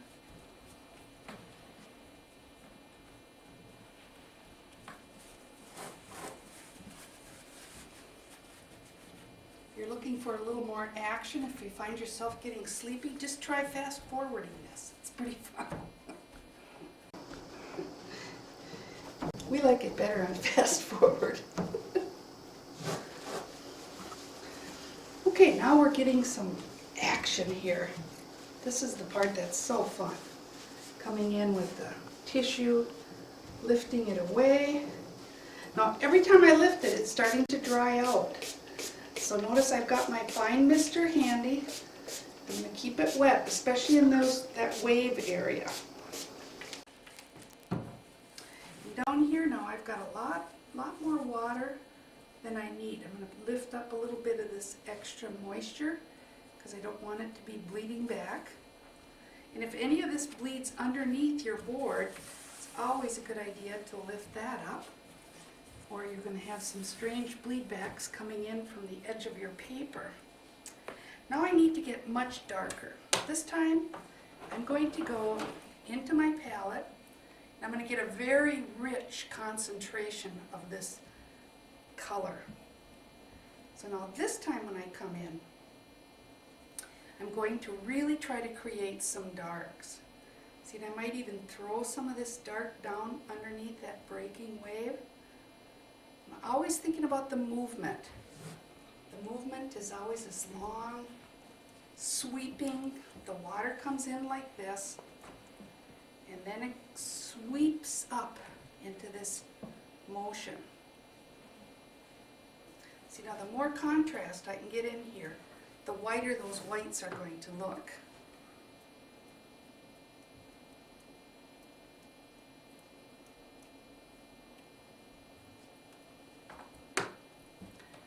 So I'm basically using my Antwerp blue.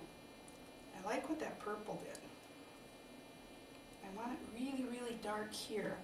I don't want things to end in a row. So if you notice your painting is starting to end in a row, kind of zigzag it so it goes maybe this way and then maybe back again. Zigzag it off. So you're entering the picture with a nice ziggy-zaggy.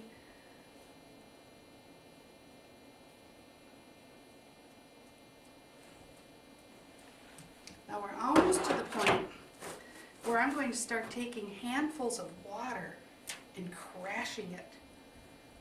Not really handfuls. I better show you that right from the water bucket. I stick my hand in the water bucket, let it drip a minute, and then I just aim it right there.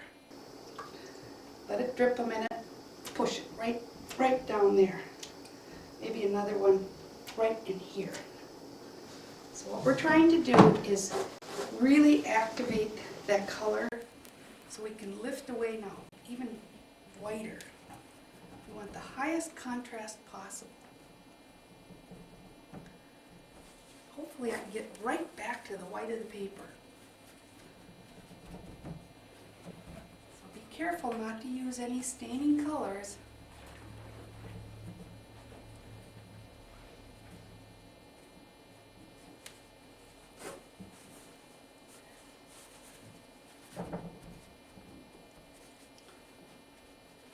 Hope we're not moving the mirror too much.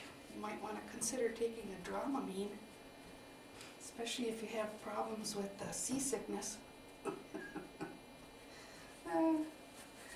Okay, now I've got another little trick up my sleeve. This time I'm going to take and roll this tissue into a long shape. And see how hard white these are? These little white foamy shapes. I want them to be much softer, so I'm going to roll away a little top edge here. Oh, what a difference. See how much nicer that looks? So one edge is hard, the other edge is a little bit softer. And I'm also thinking about how this water comes in kind of straight and then crashes up like that. So we're picking up some of the rolling surf down here, dealing a lot with lost and found edges. Maybe I'll have one of these edges go right off the bottom. And eventually I want this particular surf in this area to come right down here to the white as it's circling around. This is so good. I wonder if you can lose weight doing this. That would be cool. Now the one thing that's really, really missing is that nice salt action. So this is the only time that I actually add salt before I'm done painting. Usually when I add salt, I don't come back into it. But with the birds and the surf, I do. Now I'm also trying to build up a higher contrast of dark here underneath the breaking wave. And I'm always thinking about this motion coming down.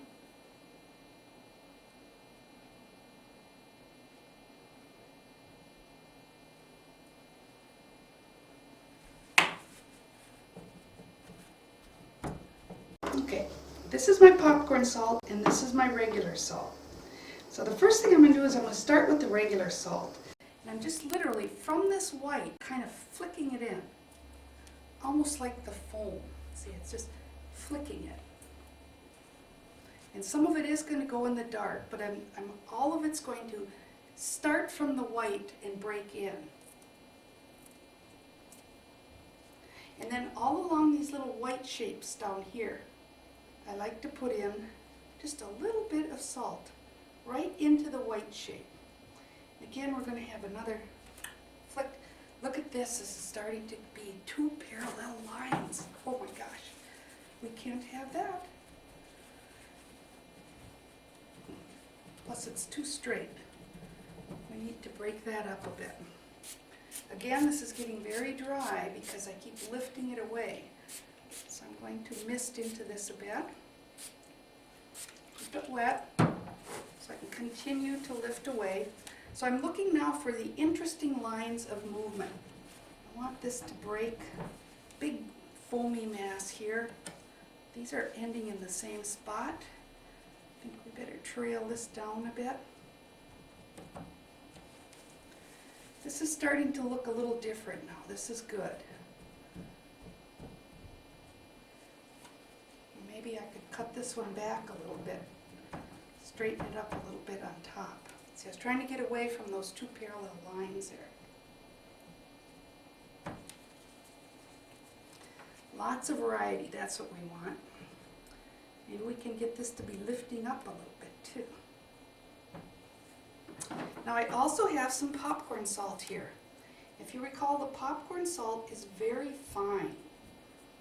So real tiny, tiny. popcorn salt around. Notice I'm getting a bleed back here. Now this is a bleed back. It's wetter here and it's drier here. Now one of the things you can do is you can put your hand over and protect this area and then simply mist on the other side. Then you have to wait a few minutes while this dry side is catching up to the wet side. And then using your finger, something that does not lift the color, you can just simply touch this and it will disappear. Now I didn't really mind having it because this is a seascape. I've got another bleed back starting in this upper corner over here. Same thing, this area is dry, this area is wet. If I hold my hand over it, mist gently into the area, and when I mist, my hand is always moving. I don't just point it and shoot. That would give me too much water. I mist it with my hand moving. Same thing, give that a few minutes, a few seconds to catch up. Then using, try to see if I can find a clean finger here. This is awkward. And we'll just touch that and let that line kind of disappear. But if you were to put a tissue in there, oh, it would be a disaster. It would lift the color out and look terrible. Now you can see where the salt is starting to work. Oh, this is so exciting. That's what we want. We want to start seeing some of those nice white little shapes happening. And I'm going to continue to lift. Take it away. I want to get as white as I can. Now as the salt starts to work, it's going to help you get back to those whites again.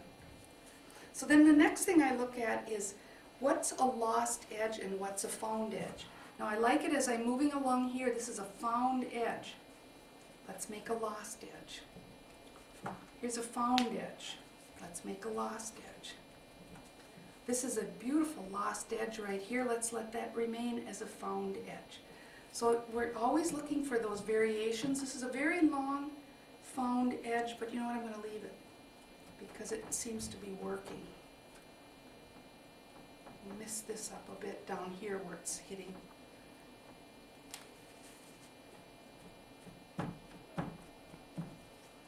Well, I think we've covered all the information you need to know. At some point you have to stop working. Like I'm real tempted to come in and keep getting darker and darker. And I could probably get by with throwing in just a few more darks down here. This is again my Antwerp again. Remember, if the throwing doesn't work, just touch it in where you think you need a little dark. And what I'm trying to do is create a movement here where your eye will go from the wave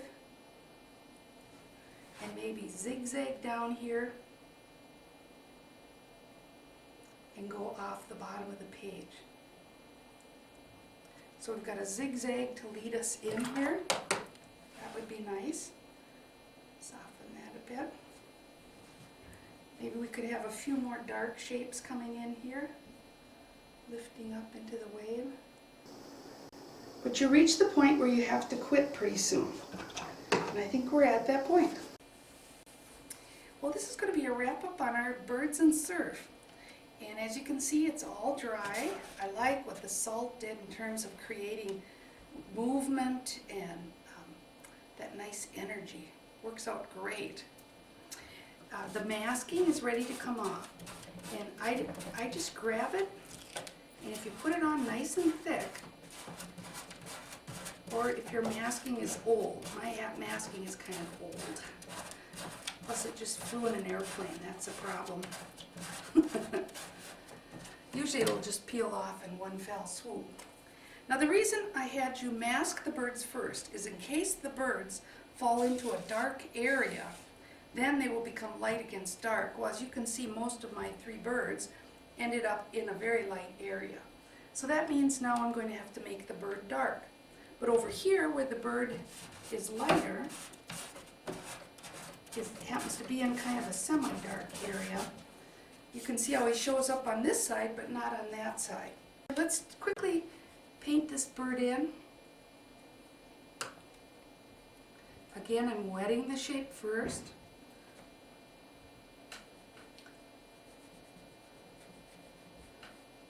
And And I want his head to remain light. So I'm going to keep that dry, and I'm only going to wet around his head. So his head is dry now. And as I come in with the magenta here, you'll see his head start to pop out a bit. I hope his head is popping out a bit, because you can't see much otherwise. And then I'm going to come in with a little magenta up along this wing. The magenta is a nice color because it's a complement to the yellow background. And then I'm also going to put in some blue. It's a little cobalt blue now.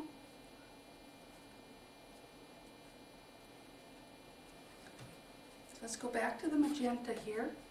Now on this side I'm going to make it just a little bit darker.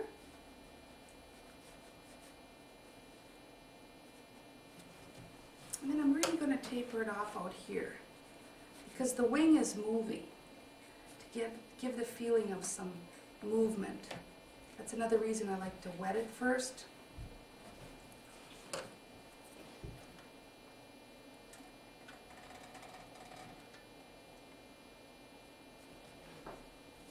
Now let's get a little darker.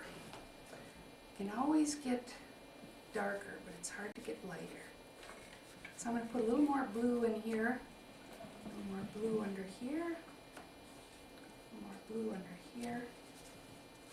And our bird is starting to take a little shape.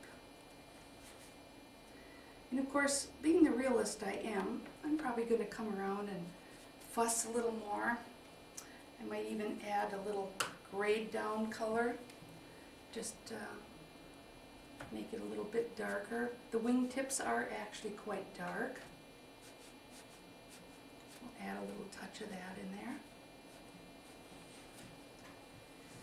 So I'm just going to stop at this point so that you have some idea how I made the bird.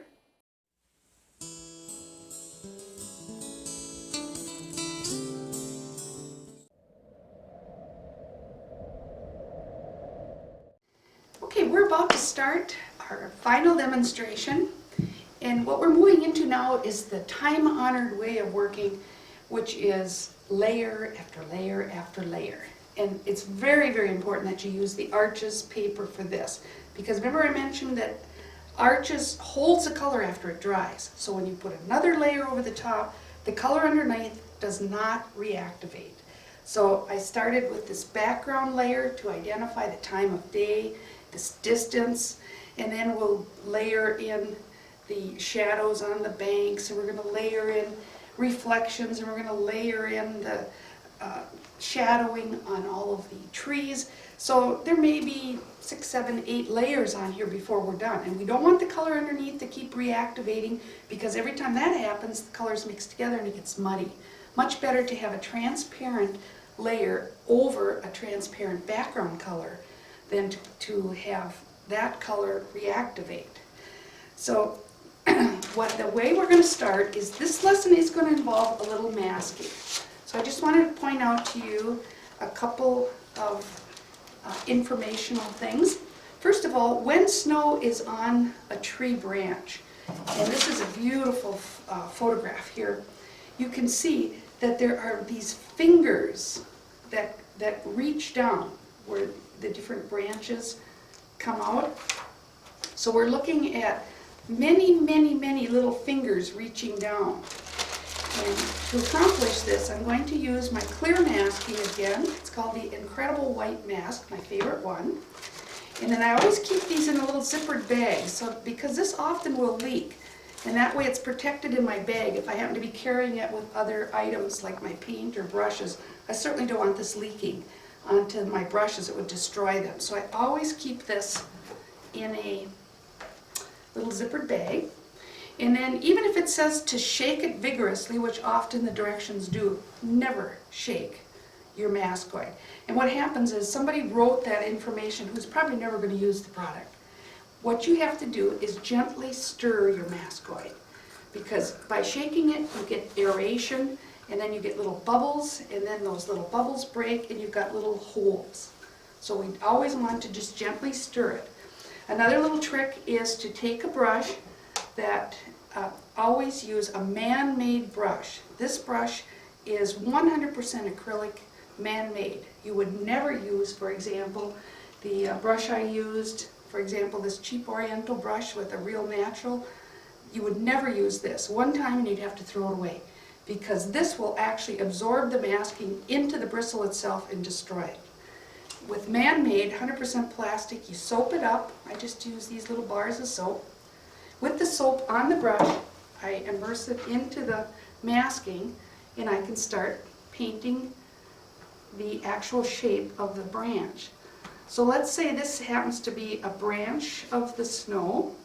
So I'm just going to get it really nice and thick. Don't be doing frugal methods now. Put it on so thick that it's actually white. But now what I want to do is I want to capture these little fingers here. So I'm actually going to throw this paint down like this to capture the fingers. And then I come up like this and kind of fill it in. So this is very important. You don't want it to look cut out. You don't want to just put this masking down into the perfect shape of a piece of heavily laden snow. What you want to do is create these fingers on the bottom. It's only smooth on the top, and then down here it's very full of these interesting little shapes. So I literally throw the paint down and then I fill it in, and even a little bit like this, little snow, that makes it's romantic. So go for it. So before we even started the picture, I masked all of these images you see here. And I only masked what is on the actual tree. All of this was left unmasked, and that was just directly painted. So it really doesn't take all that long. I just drew in the shapes, masked it, and we're ready to go. One of the first things I want to talk about before I begin my background is I really like putting warm colors in a snow scene. They tend to get a little cool just because most of the shadows are somewhere between a cobalt blue and a magenta. And often the reflections in the water are picking up the greens of the tree and the coolness of the reflections. So I really like, if I can, I like to use warm colors. And so here's a children's picture book that I illustrated back quite a few years now called Little Brother Moose by Jim Casperson. And you can see when the moose was in his natural environment, I put these wonderful warm colors, because I wanted little kids, when they read this, to feel the emotion of the colors. Warm colors create warm, fuzzy feelings. And then as the story progressed and he got lost into it, to create that feeling of insecurity and unhappiness, and the emotional impact of these cool, dark, and gray colors helped tell the story through color. Here's my drawing.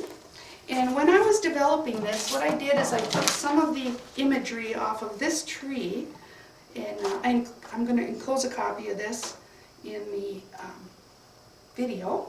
So you can see a lot of the branches are just directly exposed, allowing light to come through. Then you have these very heavily laden branches hanging down. So I just kept adding a bunch of those.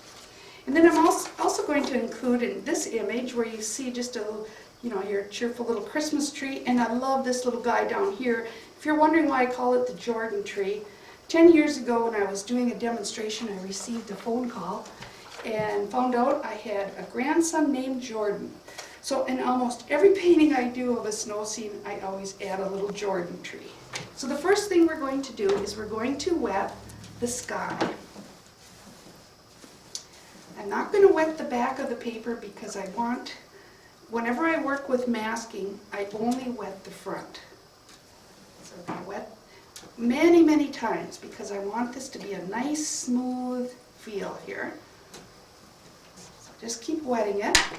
Then I'm going to repeat these colors in the water. So now I'm only going to wet the water line. And see, what I'm trying to do is create this feeling of distance by having it wider here, narrower, narrower, and narrower, all the way up to the horizon here.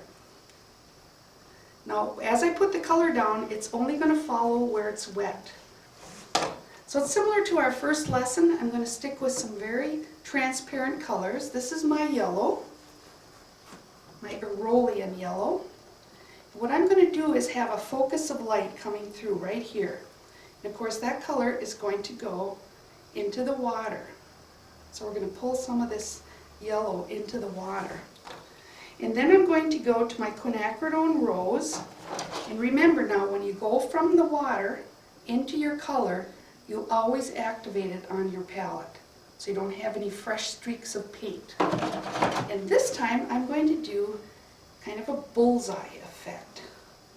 We're going to come around here. It's a little scary looking, I know, but we'll see what happens. Paint right over the top. This is why we mask this, so we can have the freedom here to go right on top. And of course this color is now going to come down into the water. Usually it forms kind of a long streaky look. And then the last color we're going to use is our cobalt blue. And this one is going to go around the outside edge. Again, in this kind of circle, or what we call a focus of light. Oh my goodness. Now that looks scary. So we're going to do the warm to cool routine again. Now we're going to let these guys have a little party. Get acquainted.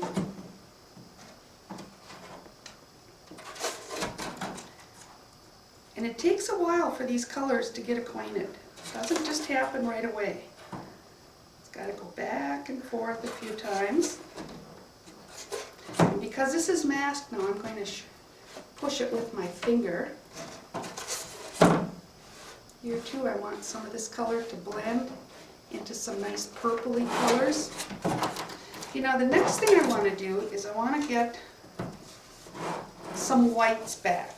So I'm going to start down here. I want some white in the water. So you start and exit. So we're going to let that extra color float right off the page here. Pick up a few edges back and forth. And then up here, I also want to have back to the white of the paper. So I'm going to start here, go right through my yellow, go right through the tree, and I'm going to pull it back to a nice white streak. Now all this extra water, we're just going to lift it up.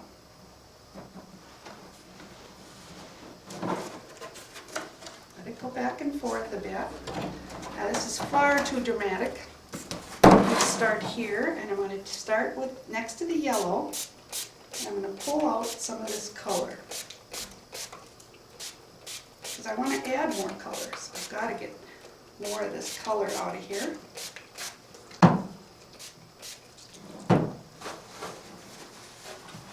Oh, that's looking better. Again, you might have to use your finger to get some of that to move through there.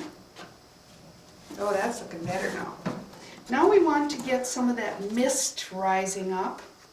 And I also want to lift out some lights in the water before that dries. So I've got a little towel handy here. I got out my 1-inch flat. The first thing I'm going to do is I'm going to lift away some of the lights in the water. So some of these nice lights, you saw me do this in the reflections in the lesson number 1. So now we're going back to the white of the paper. And you have to do this before the color dries. See, it's starting to dry in here. As soon as it dries, it stains the paper. So we definitely need to do this. I'm going to mist into this water a bit. I'm going to lift out some streaks, because we're actually going to be painting reflections later.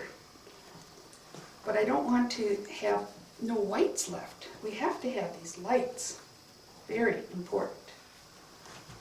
So let's lift out a few more lights up here. All the way up to our horizon. This is like water up here. So I'm going to lift out some lights up here. Much better. If I want, I can even now indicate with a little bit of salt into some of these whites, a little sparkle in the water.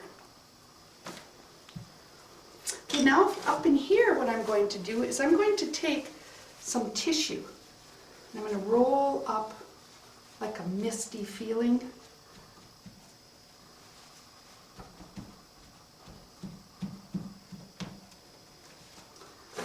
Just soft tissue. We've got a little mist rolling in here.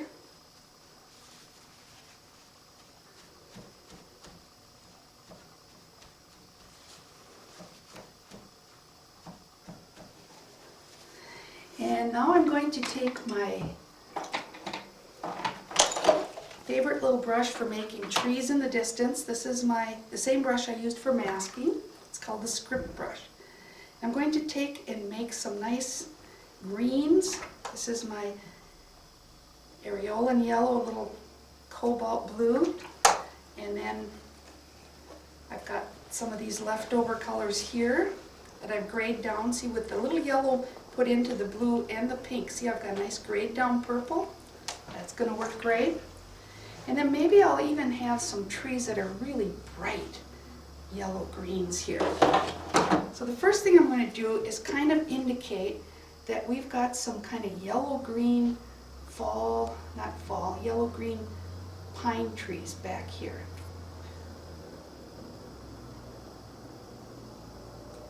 Very bright. We're right by the source of the sun, so I'm just going to make these trees as bright as green, yellow-green as possible. As we start moving away from the sun, I'm going to make them more of an orange color. This is my Windsor orange.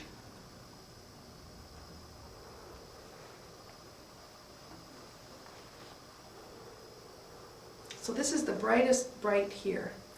And as we move through here, they're going to be a little bit oranger.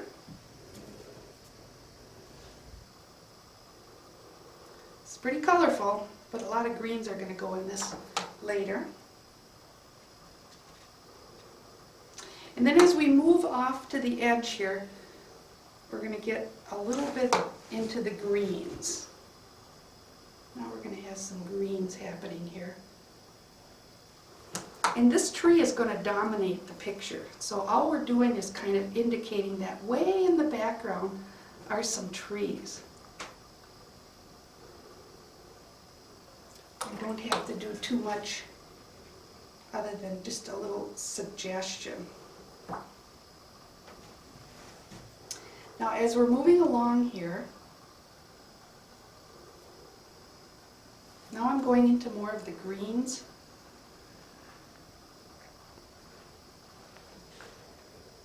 This is all distance. Remember this image here? We're just thinking of the shape of the tree like a silhouette. Doesn't have to be much definition, just a silhouette of trees back here. Now as I move away from the source of the light, I'm going to start going into more of the greens. Now here, see, I'm in a dry spot, so now we're going to see more detail happening. That's an opportunity. It was dry where I had touched the paper with the mist. So we're going to run this green off the paper here. Indicate some trunks coming up here and there. Then I'm going to come back with the mist. As soon as I put more color down, I've got more to lift away. So I'm going to have more mist coming in here. Every time I do this, I'm lifting it back to almost to the white of the paper. Let's have that mist just rolling down here. So it's coming up off the top of this water.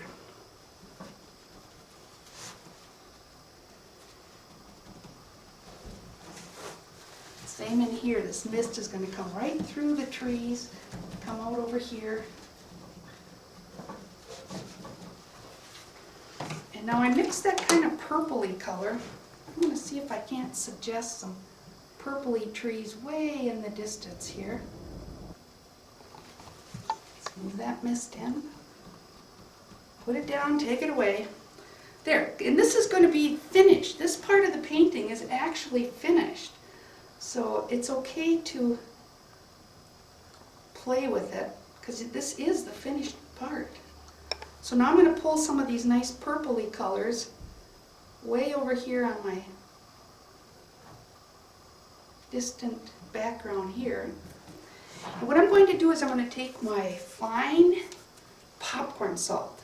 Now this is so fine, extremely fine. I'm just going to put a little bit of this popcorn salt through the background. And what this does is it makes it look like snow on the trees. Because we didn't paint any snow on the trees back here. So if I'm lucky enough to get just a little bit of sparkle from this popcorn salt, what it does is it makes it look like snow on the trees. So we'll let this set and we'll come back and start the next step. Okay, we're ready for the next step. Now you can see the colors have dried. We've got a nice impact of warm going into cool. So we have this focus of light idea. And just some suggestion of trees and whatever is happening in the background. The salt did its job. I like some of the soft textures of the salt in the background. So now we're ready to mix a very dark evergreen color. So I'm going to start with my areolan yellow. Then I'm going to come in here with Antwerp blue, which makes a very dark, beautiful evergreen color. But see, it will never get dark enough just using that combination. So we have to come in and take a little of the complement here. This is the quinacridone burnt orange. And as soon as we add that color, you can see now we're dark. This is a very nice dark evergreen color. So you have to put complements together. Whenever you want dark, it's not dark enough, just go across the palette. And we're going to literally put this color underneath the branches here. So what we're doing is we're creating these dark evergreens that are hanging down below the branch. So just paint them in. The masking's protecting it. And we're just trying to create these wonderful branches coming down. And sometimes I will just spray into it just slightly to break it up a bit. So I'm just going to take my Windex sprayer and do a little bit of misting there with it. So we're going to literally poke this under each of these branches. Sometimes I'll literally toss it down like this, but that's the reason I don't like to do that. Before this dries, I'm just going to lift the color with a slightly dampened tissue and clean that up. So much for that idea. I think we'll just continue to do it like this, and we'll depend on this mister to give us just a little bit of this nice soft look. One of the things I want you to be careful is get the color, make sure it goes underneath. We don't want to have a space between the bottom of the masking and the evergreen color. So make sure you get up under every one of these. Now this is snow that's sitting on a heavy branch, so I don't need to put green under that. That's going to have a branch on it. But under all of these I do.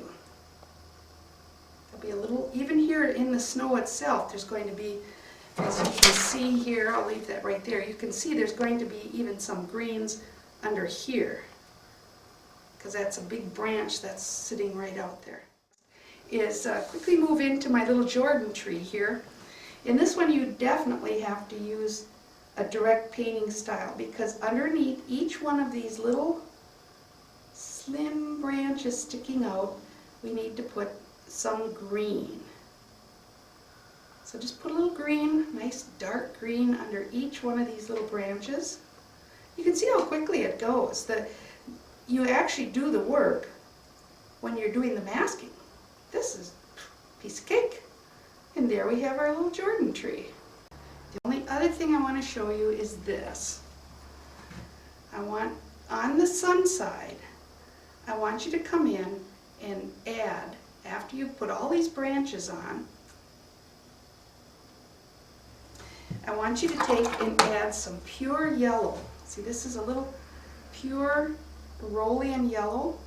So on the sun side, I'm going to come in and put just a little bit of this pure Rollian yellow. Nice pure Rollian yellow. Because the sun is going to be on this side, see. I'll get my palette over here so you can see what I'm doing. Now I'm going to take some of this quinacridone burnt orange, and I'm going to put just a little hint of that color over here on the shadow side. So we've got the sun side and the shadow side. Same here, sun side here, shadow side here.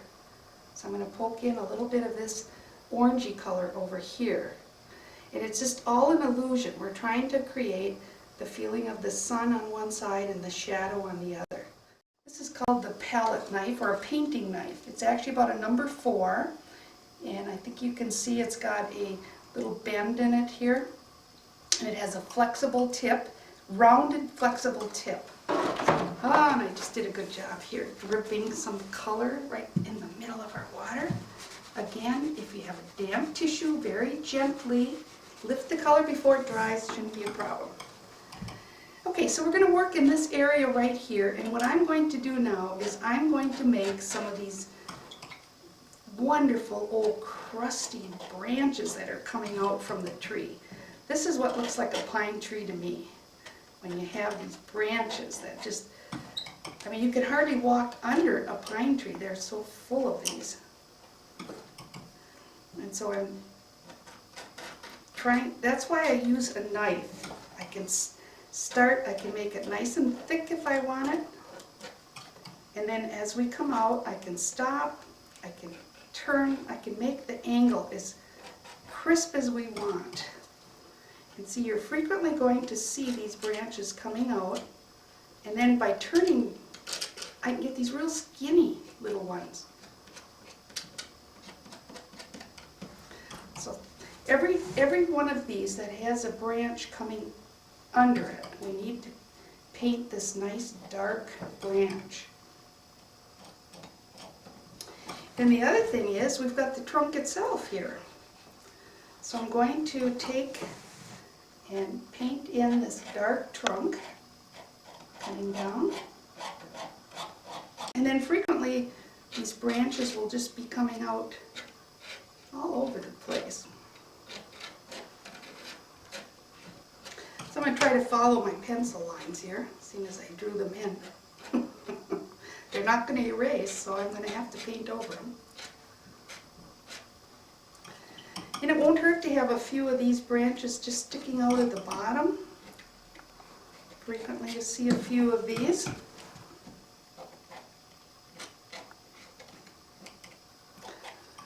So this kind of completes our tree. And over here, these trees are a little different. They don't really have too many of these branches sticking out. Once in a while you'll see a few of them. So I might do a few. And our little Jordan tree is definitely going to have a trunk coming up. So I'm going to do a little tree in the snow here coming up.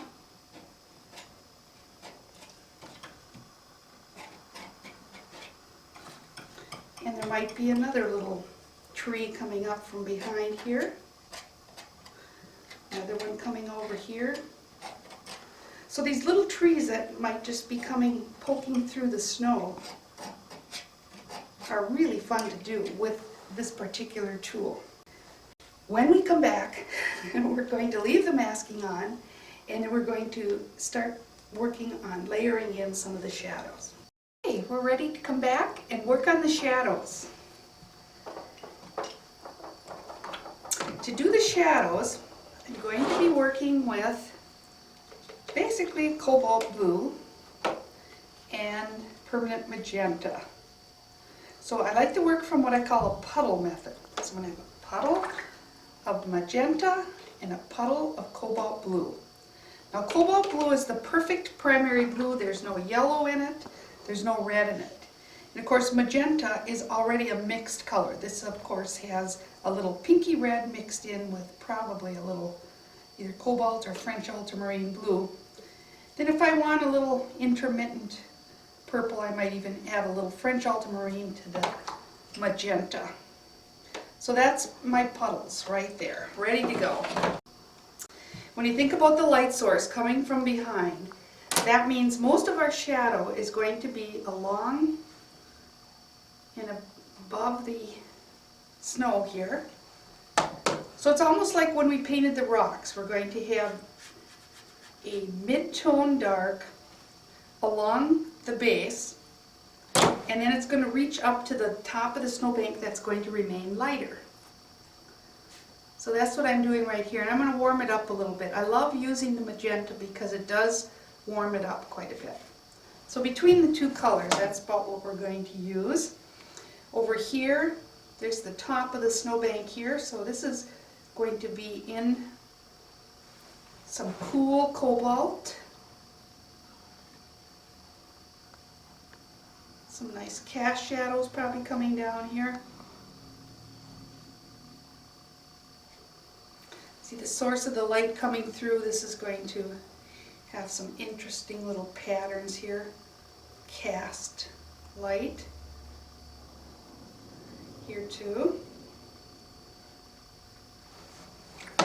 Then we'll warm it up a little bit. Throw in just a little bit of that magenta. Now I still have the masking on to protect it a bit. And then along the water line here, it's going to be a little darker, almost like a rock. So it'll be darker at the base, and then I'm going to lose this edge with just some clean water in my brush.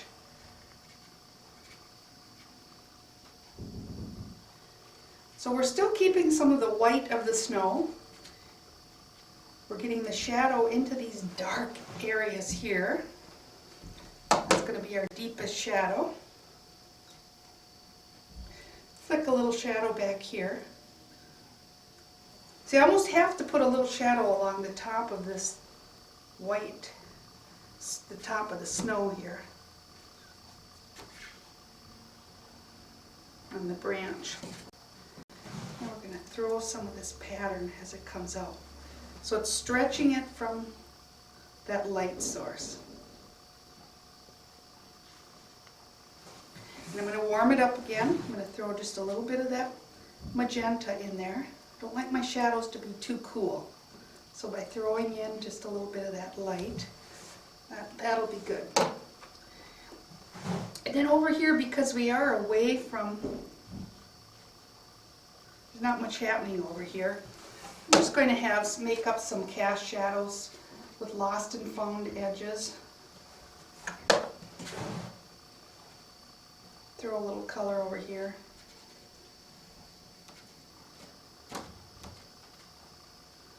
So just some patterns. You can see a crisp edge right here along that edge. I would definitely come in and make that a lost edge. So we'll leave a few crisp whites and a few lost whites. Now looking down here, this is going to make it very interesting, where we have a pile of snow in front of another pile of snow in front of another pile of snow. Well, each time we go into another pile, see, we're going to have that crisp top edge. And we can warm it up with a little magenta in there. We might have some patterns, broken patterns, where there's little pockets, maybe some little animals have been running around in here.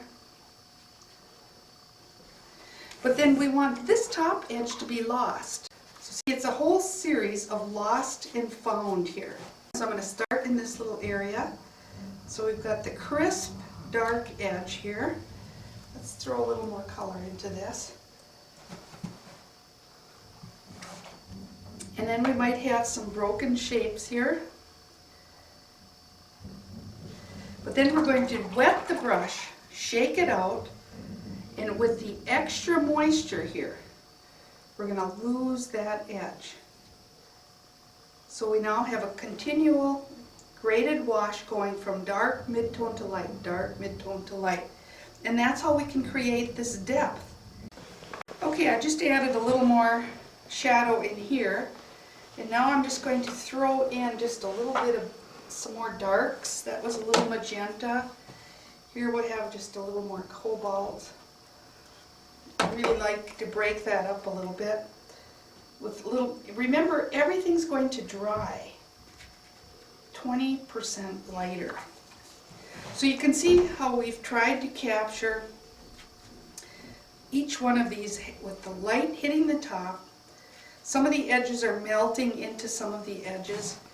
We don't want it too perfect. Maybe this is another little stream here, another little pile. Let's leave this edge crisp. Let's come over here and soften this edge. So we've got a found edge, a lost edge, a found edge.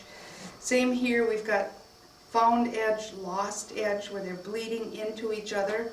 Maybe we can even bleed these two together so your eye can work through. So you're trying to build up all these different shapes as they come across.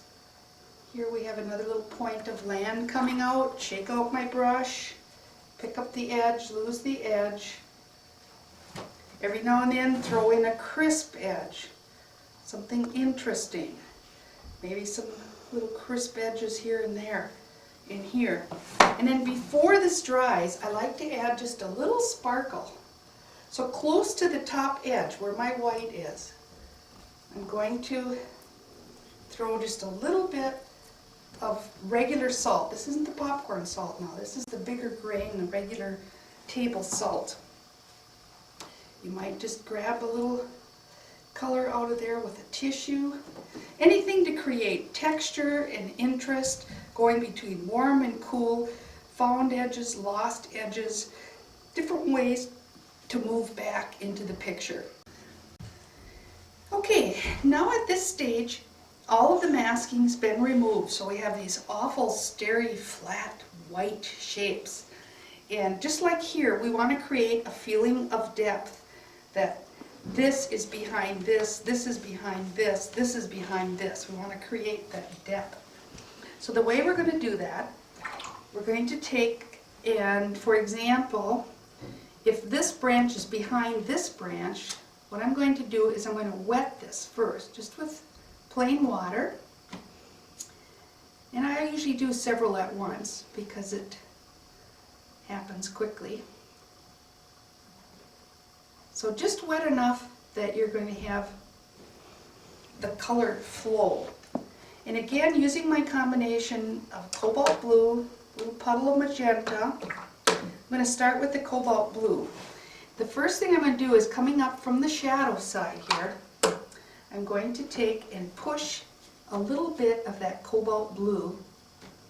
And it's, see, my greens are so fresh. I like this. I'm getting a little bit of the green too. Now over here, I'm going to push again a little cobalt, and the green is so fresh, it's actually, a little bit of that is coming up too. So now we're starting to show the roundness of this branch. Let's pick this branch here. The reason I picked this branch is because this one is next to this one. See, and I don't want to lose that hard edge. So I'm going to let this dry before I paint this one. So now I'm going to wet this one. And this is kind of a unique one because on this side it's going to have the sun hitting it, and over here it's going to be in the shadow. So I'm going to put very little shadow on this side. You're going to see mostly the white top. But over here, I'm going to push a lot more shadow in. See, almost the entire thing is in shadow over here. Then I'm pushing up a little bit of this green. So can you see the difference? Lots of white and light, almost all in shadow. Over here, it's just the opposite. We're going to have just a little bit coming up here, because this is in the sun. But under here, not only do we have the shadow from the branches above, we also have the shadow coming in. So this is going to have a lot more shadow over here. Almost all shadow. And of course, all of these little fingers under here are going to be in shadow. And while we're at it, I think, yeah, she's nice and close here. what I do is I come up between the fingers and push that color. So I'm creating a little light to shadow, light to shadow, light to shadow, all the way across here. Make it a little bit darker on this side of the shadow, little mid-tone, and then the pure white of the paper there. Well, we're back, and I thought I would just bring in a few illustrations here that show some of the same concepts. This was an illustration I did for a children's book about the little chickadees, and you can see how the strong focus of light, which is definitely in that bull's eye from the yellow to the red to the blue, and you still have to do lots of tipping and turning because you don't want to have it look exactly like a bullseye. You want to get this irregular edge where the colors blend together. And this, I wanted to point out, is obviously a close-up of the snow on the branches. And I don't know if you can see in the video, hopefully you can, but there's a very nice texture on here that was accomplished by adding a little salt. So just before the shadows that you put in dry, what you need to do is just sprinkle a little bit of salt on there, and it really, really helps it. Here's another one. This is actually the cover of one of my children's books, about the 12 Days of Christmas, and you get a wonderful sparkle when you use the salt. So I didn't want to overlook that. And I did save one last branch here with a little, you can see how funny it looks. When I was talking earlier about we don't want these to look like they're cut out, you can see how flat this one is. And the others have a feeling of dimension because of the shadows. And then sometimes you're going to have a cast shadow from what's above. So very often I will just start painting some cast shadows right along the tops of these.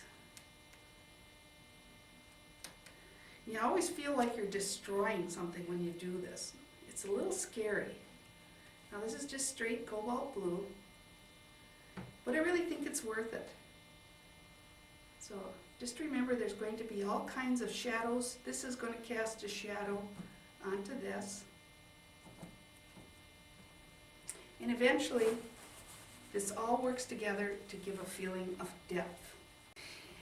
Okay, we're ready to wet only the water. A lot of my yellows got a little bit lost, so the very first thing I want to do is pull in some of this wonderful yellow that's glowing here. And of course in water it's going to reflect as a vertical almost. And then there's some of that really nice orange there. Let's pull some of that in. And even that could kind of bounce right down. And there's a very nice little purple in there. That little grayed down purple.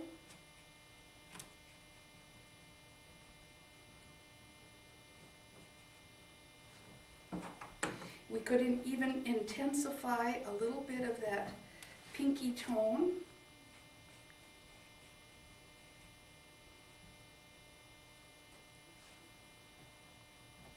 I'm going to go back into a little more color here because I want to pop out that back edge of the snowbank with some color. Now reflections are always darker.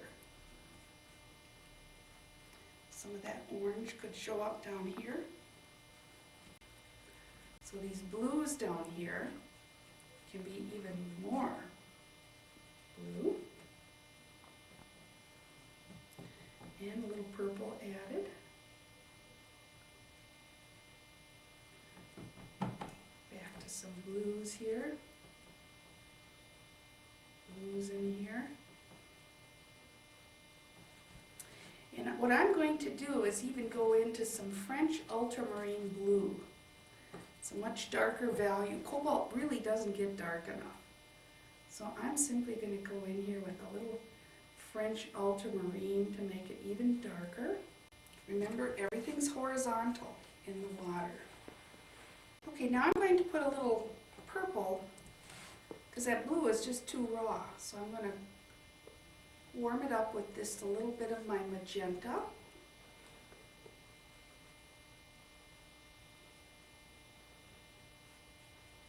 That feels much better.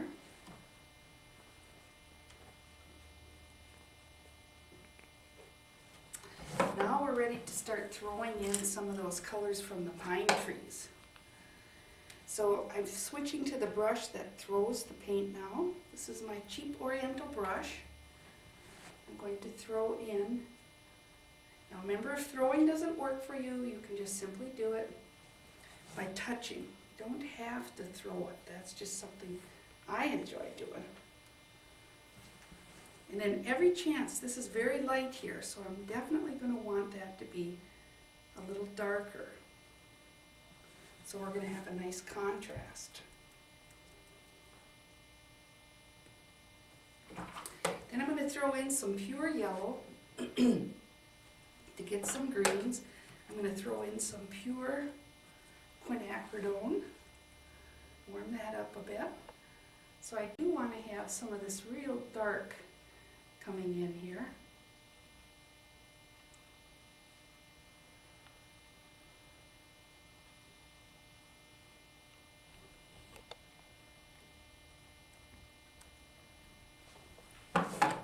And we're almost ready to start tipping this.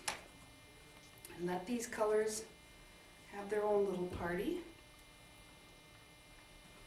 So let's do that. We're just going to let them roll back and forth a little bit. And they're not moving very much, so it's time to encourage them. So now I'm ready to do the thirsty brush technique. I've got out my flat 1-inch brush, and now is the best part. Remember, first thing we're going to do is pull out some of these nice lights that the snowbank itself is going to be reflecting in the water. So we're going to pull out some nice lights along the edge here. Oops. Straighten that up a bit. And then we're going to lift away some of the lights to form those horizontal lights. Like right in here, we hope we're going to pick up some light and move this light right through. Keep washing your brush, keep wiping off the extra water so your brush is thirsty. What we're doing is lifting this color away. Right out here, I want to get back to the light. And now is when the water, it keeps rolling back in, so you have to be real insistent. Just show them who's boss. Just takes a while. And see those big white shapes of the snow? Those are going to reflect as a light. So let's lift away some nice big white shapes here. And they always wiggle a bit. You know, it's about 40 below zero outside right now. And I'm thinking, why do we have moving water? But the other day I took a ride in the car and there was moving water, even at 40 below. Couldn't believe it. So when you have a little river, there's always some water moving. You can see how important these lights are. Now I'm not going to go back to the white of the paper, I'm going to go back to the color that is under there. Now I want to lift some lights out of here. There isn't.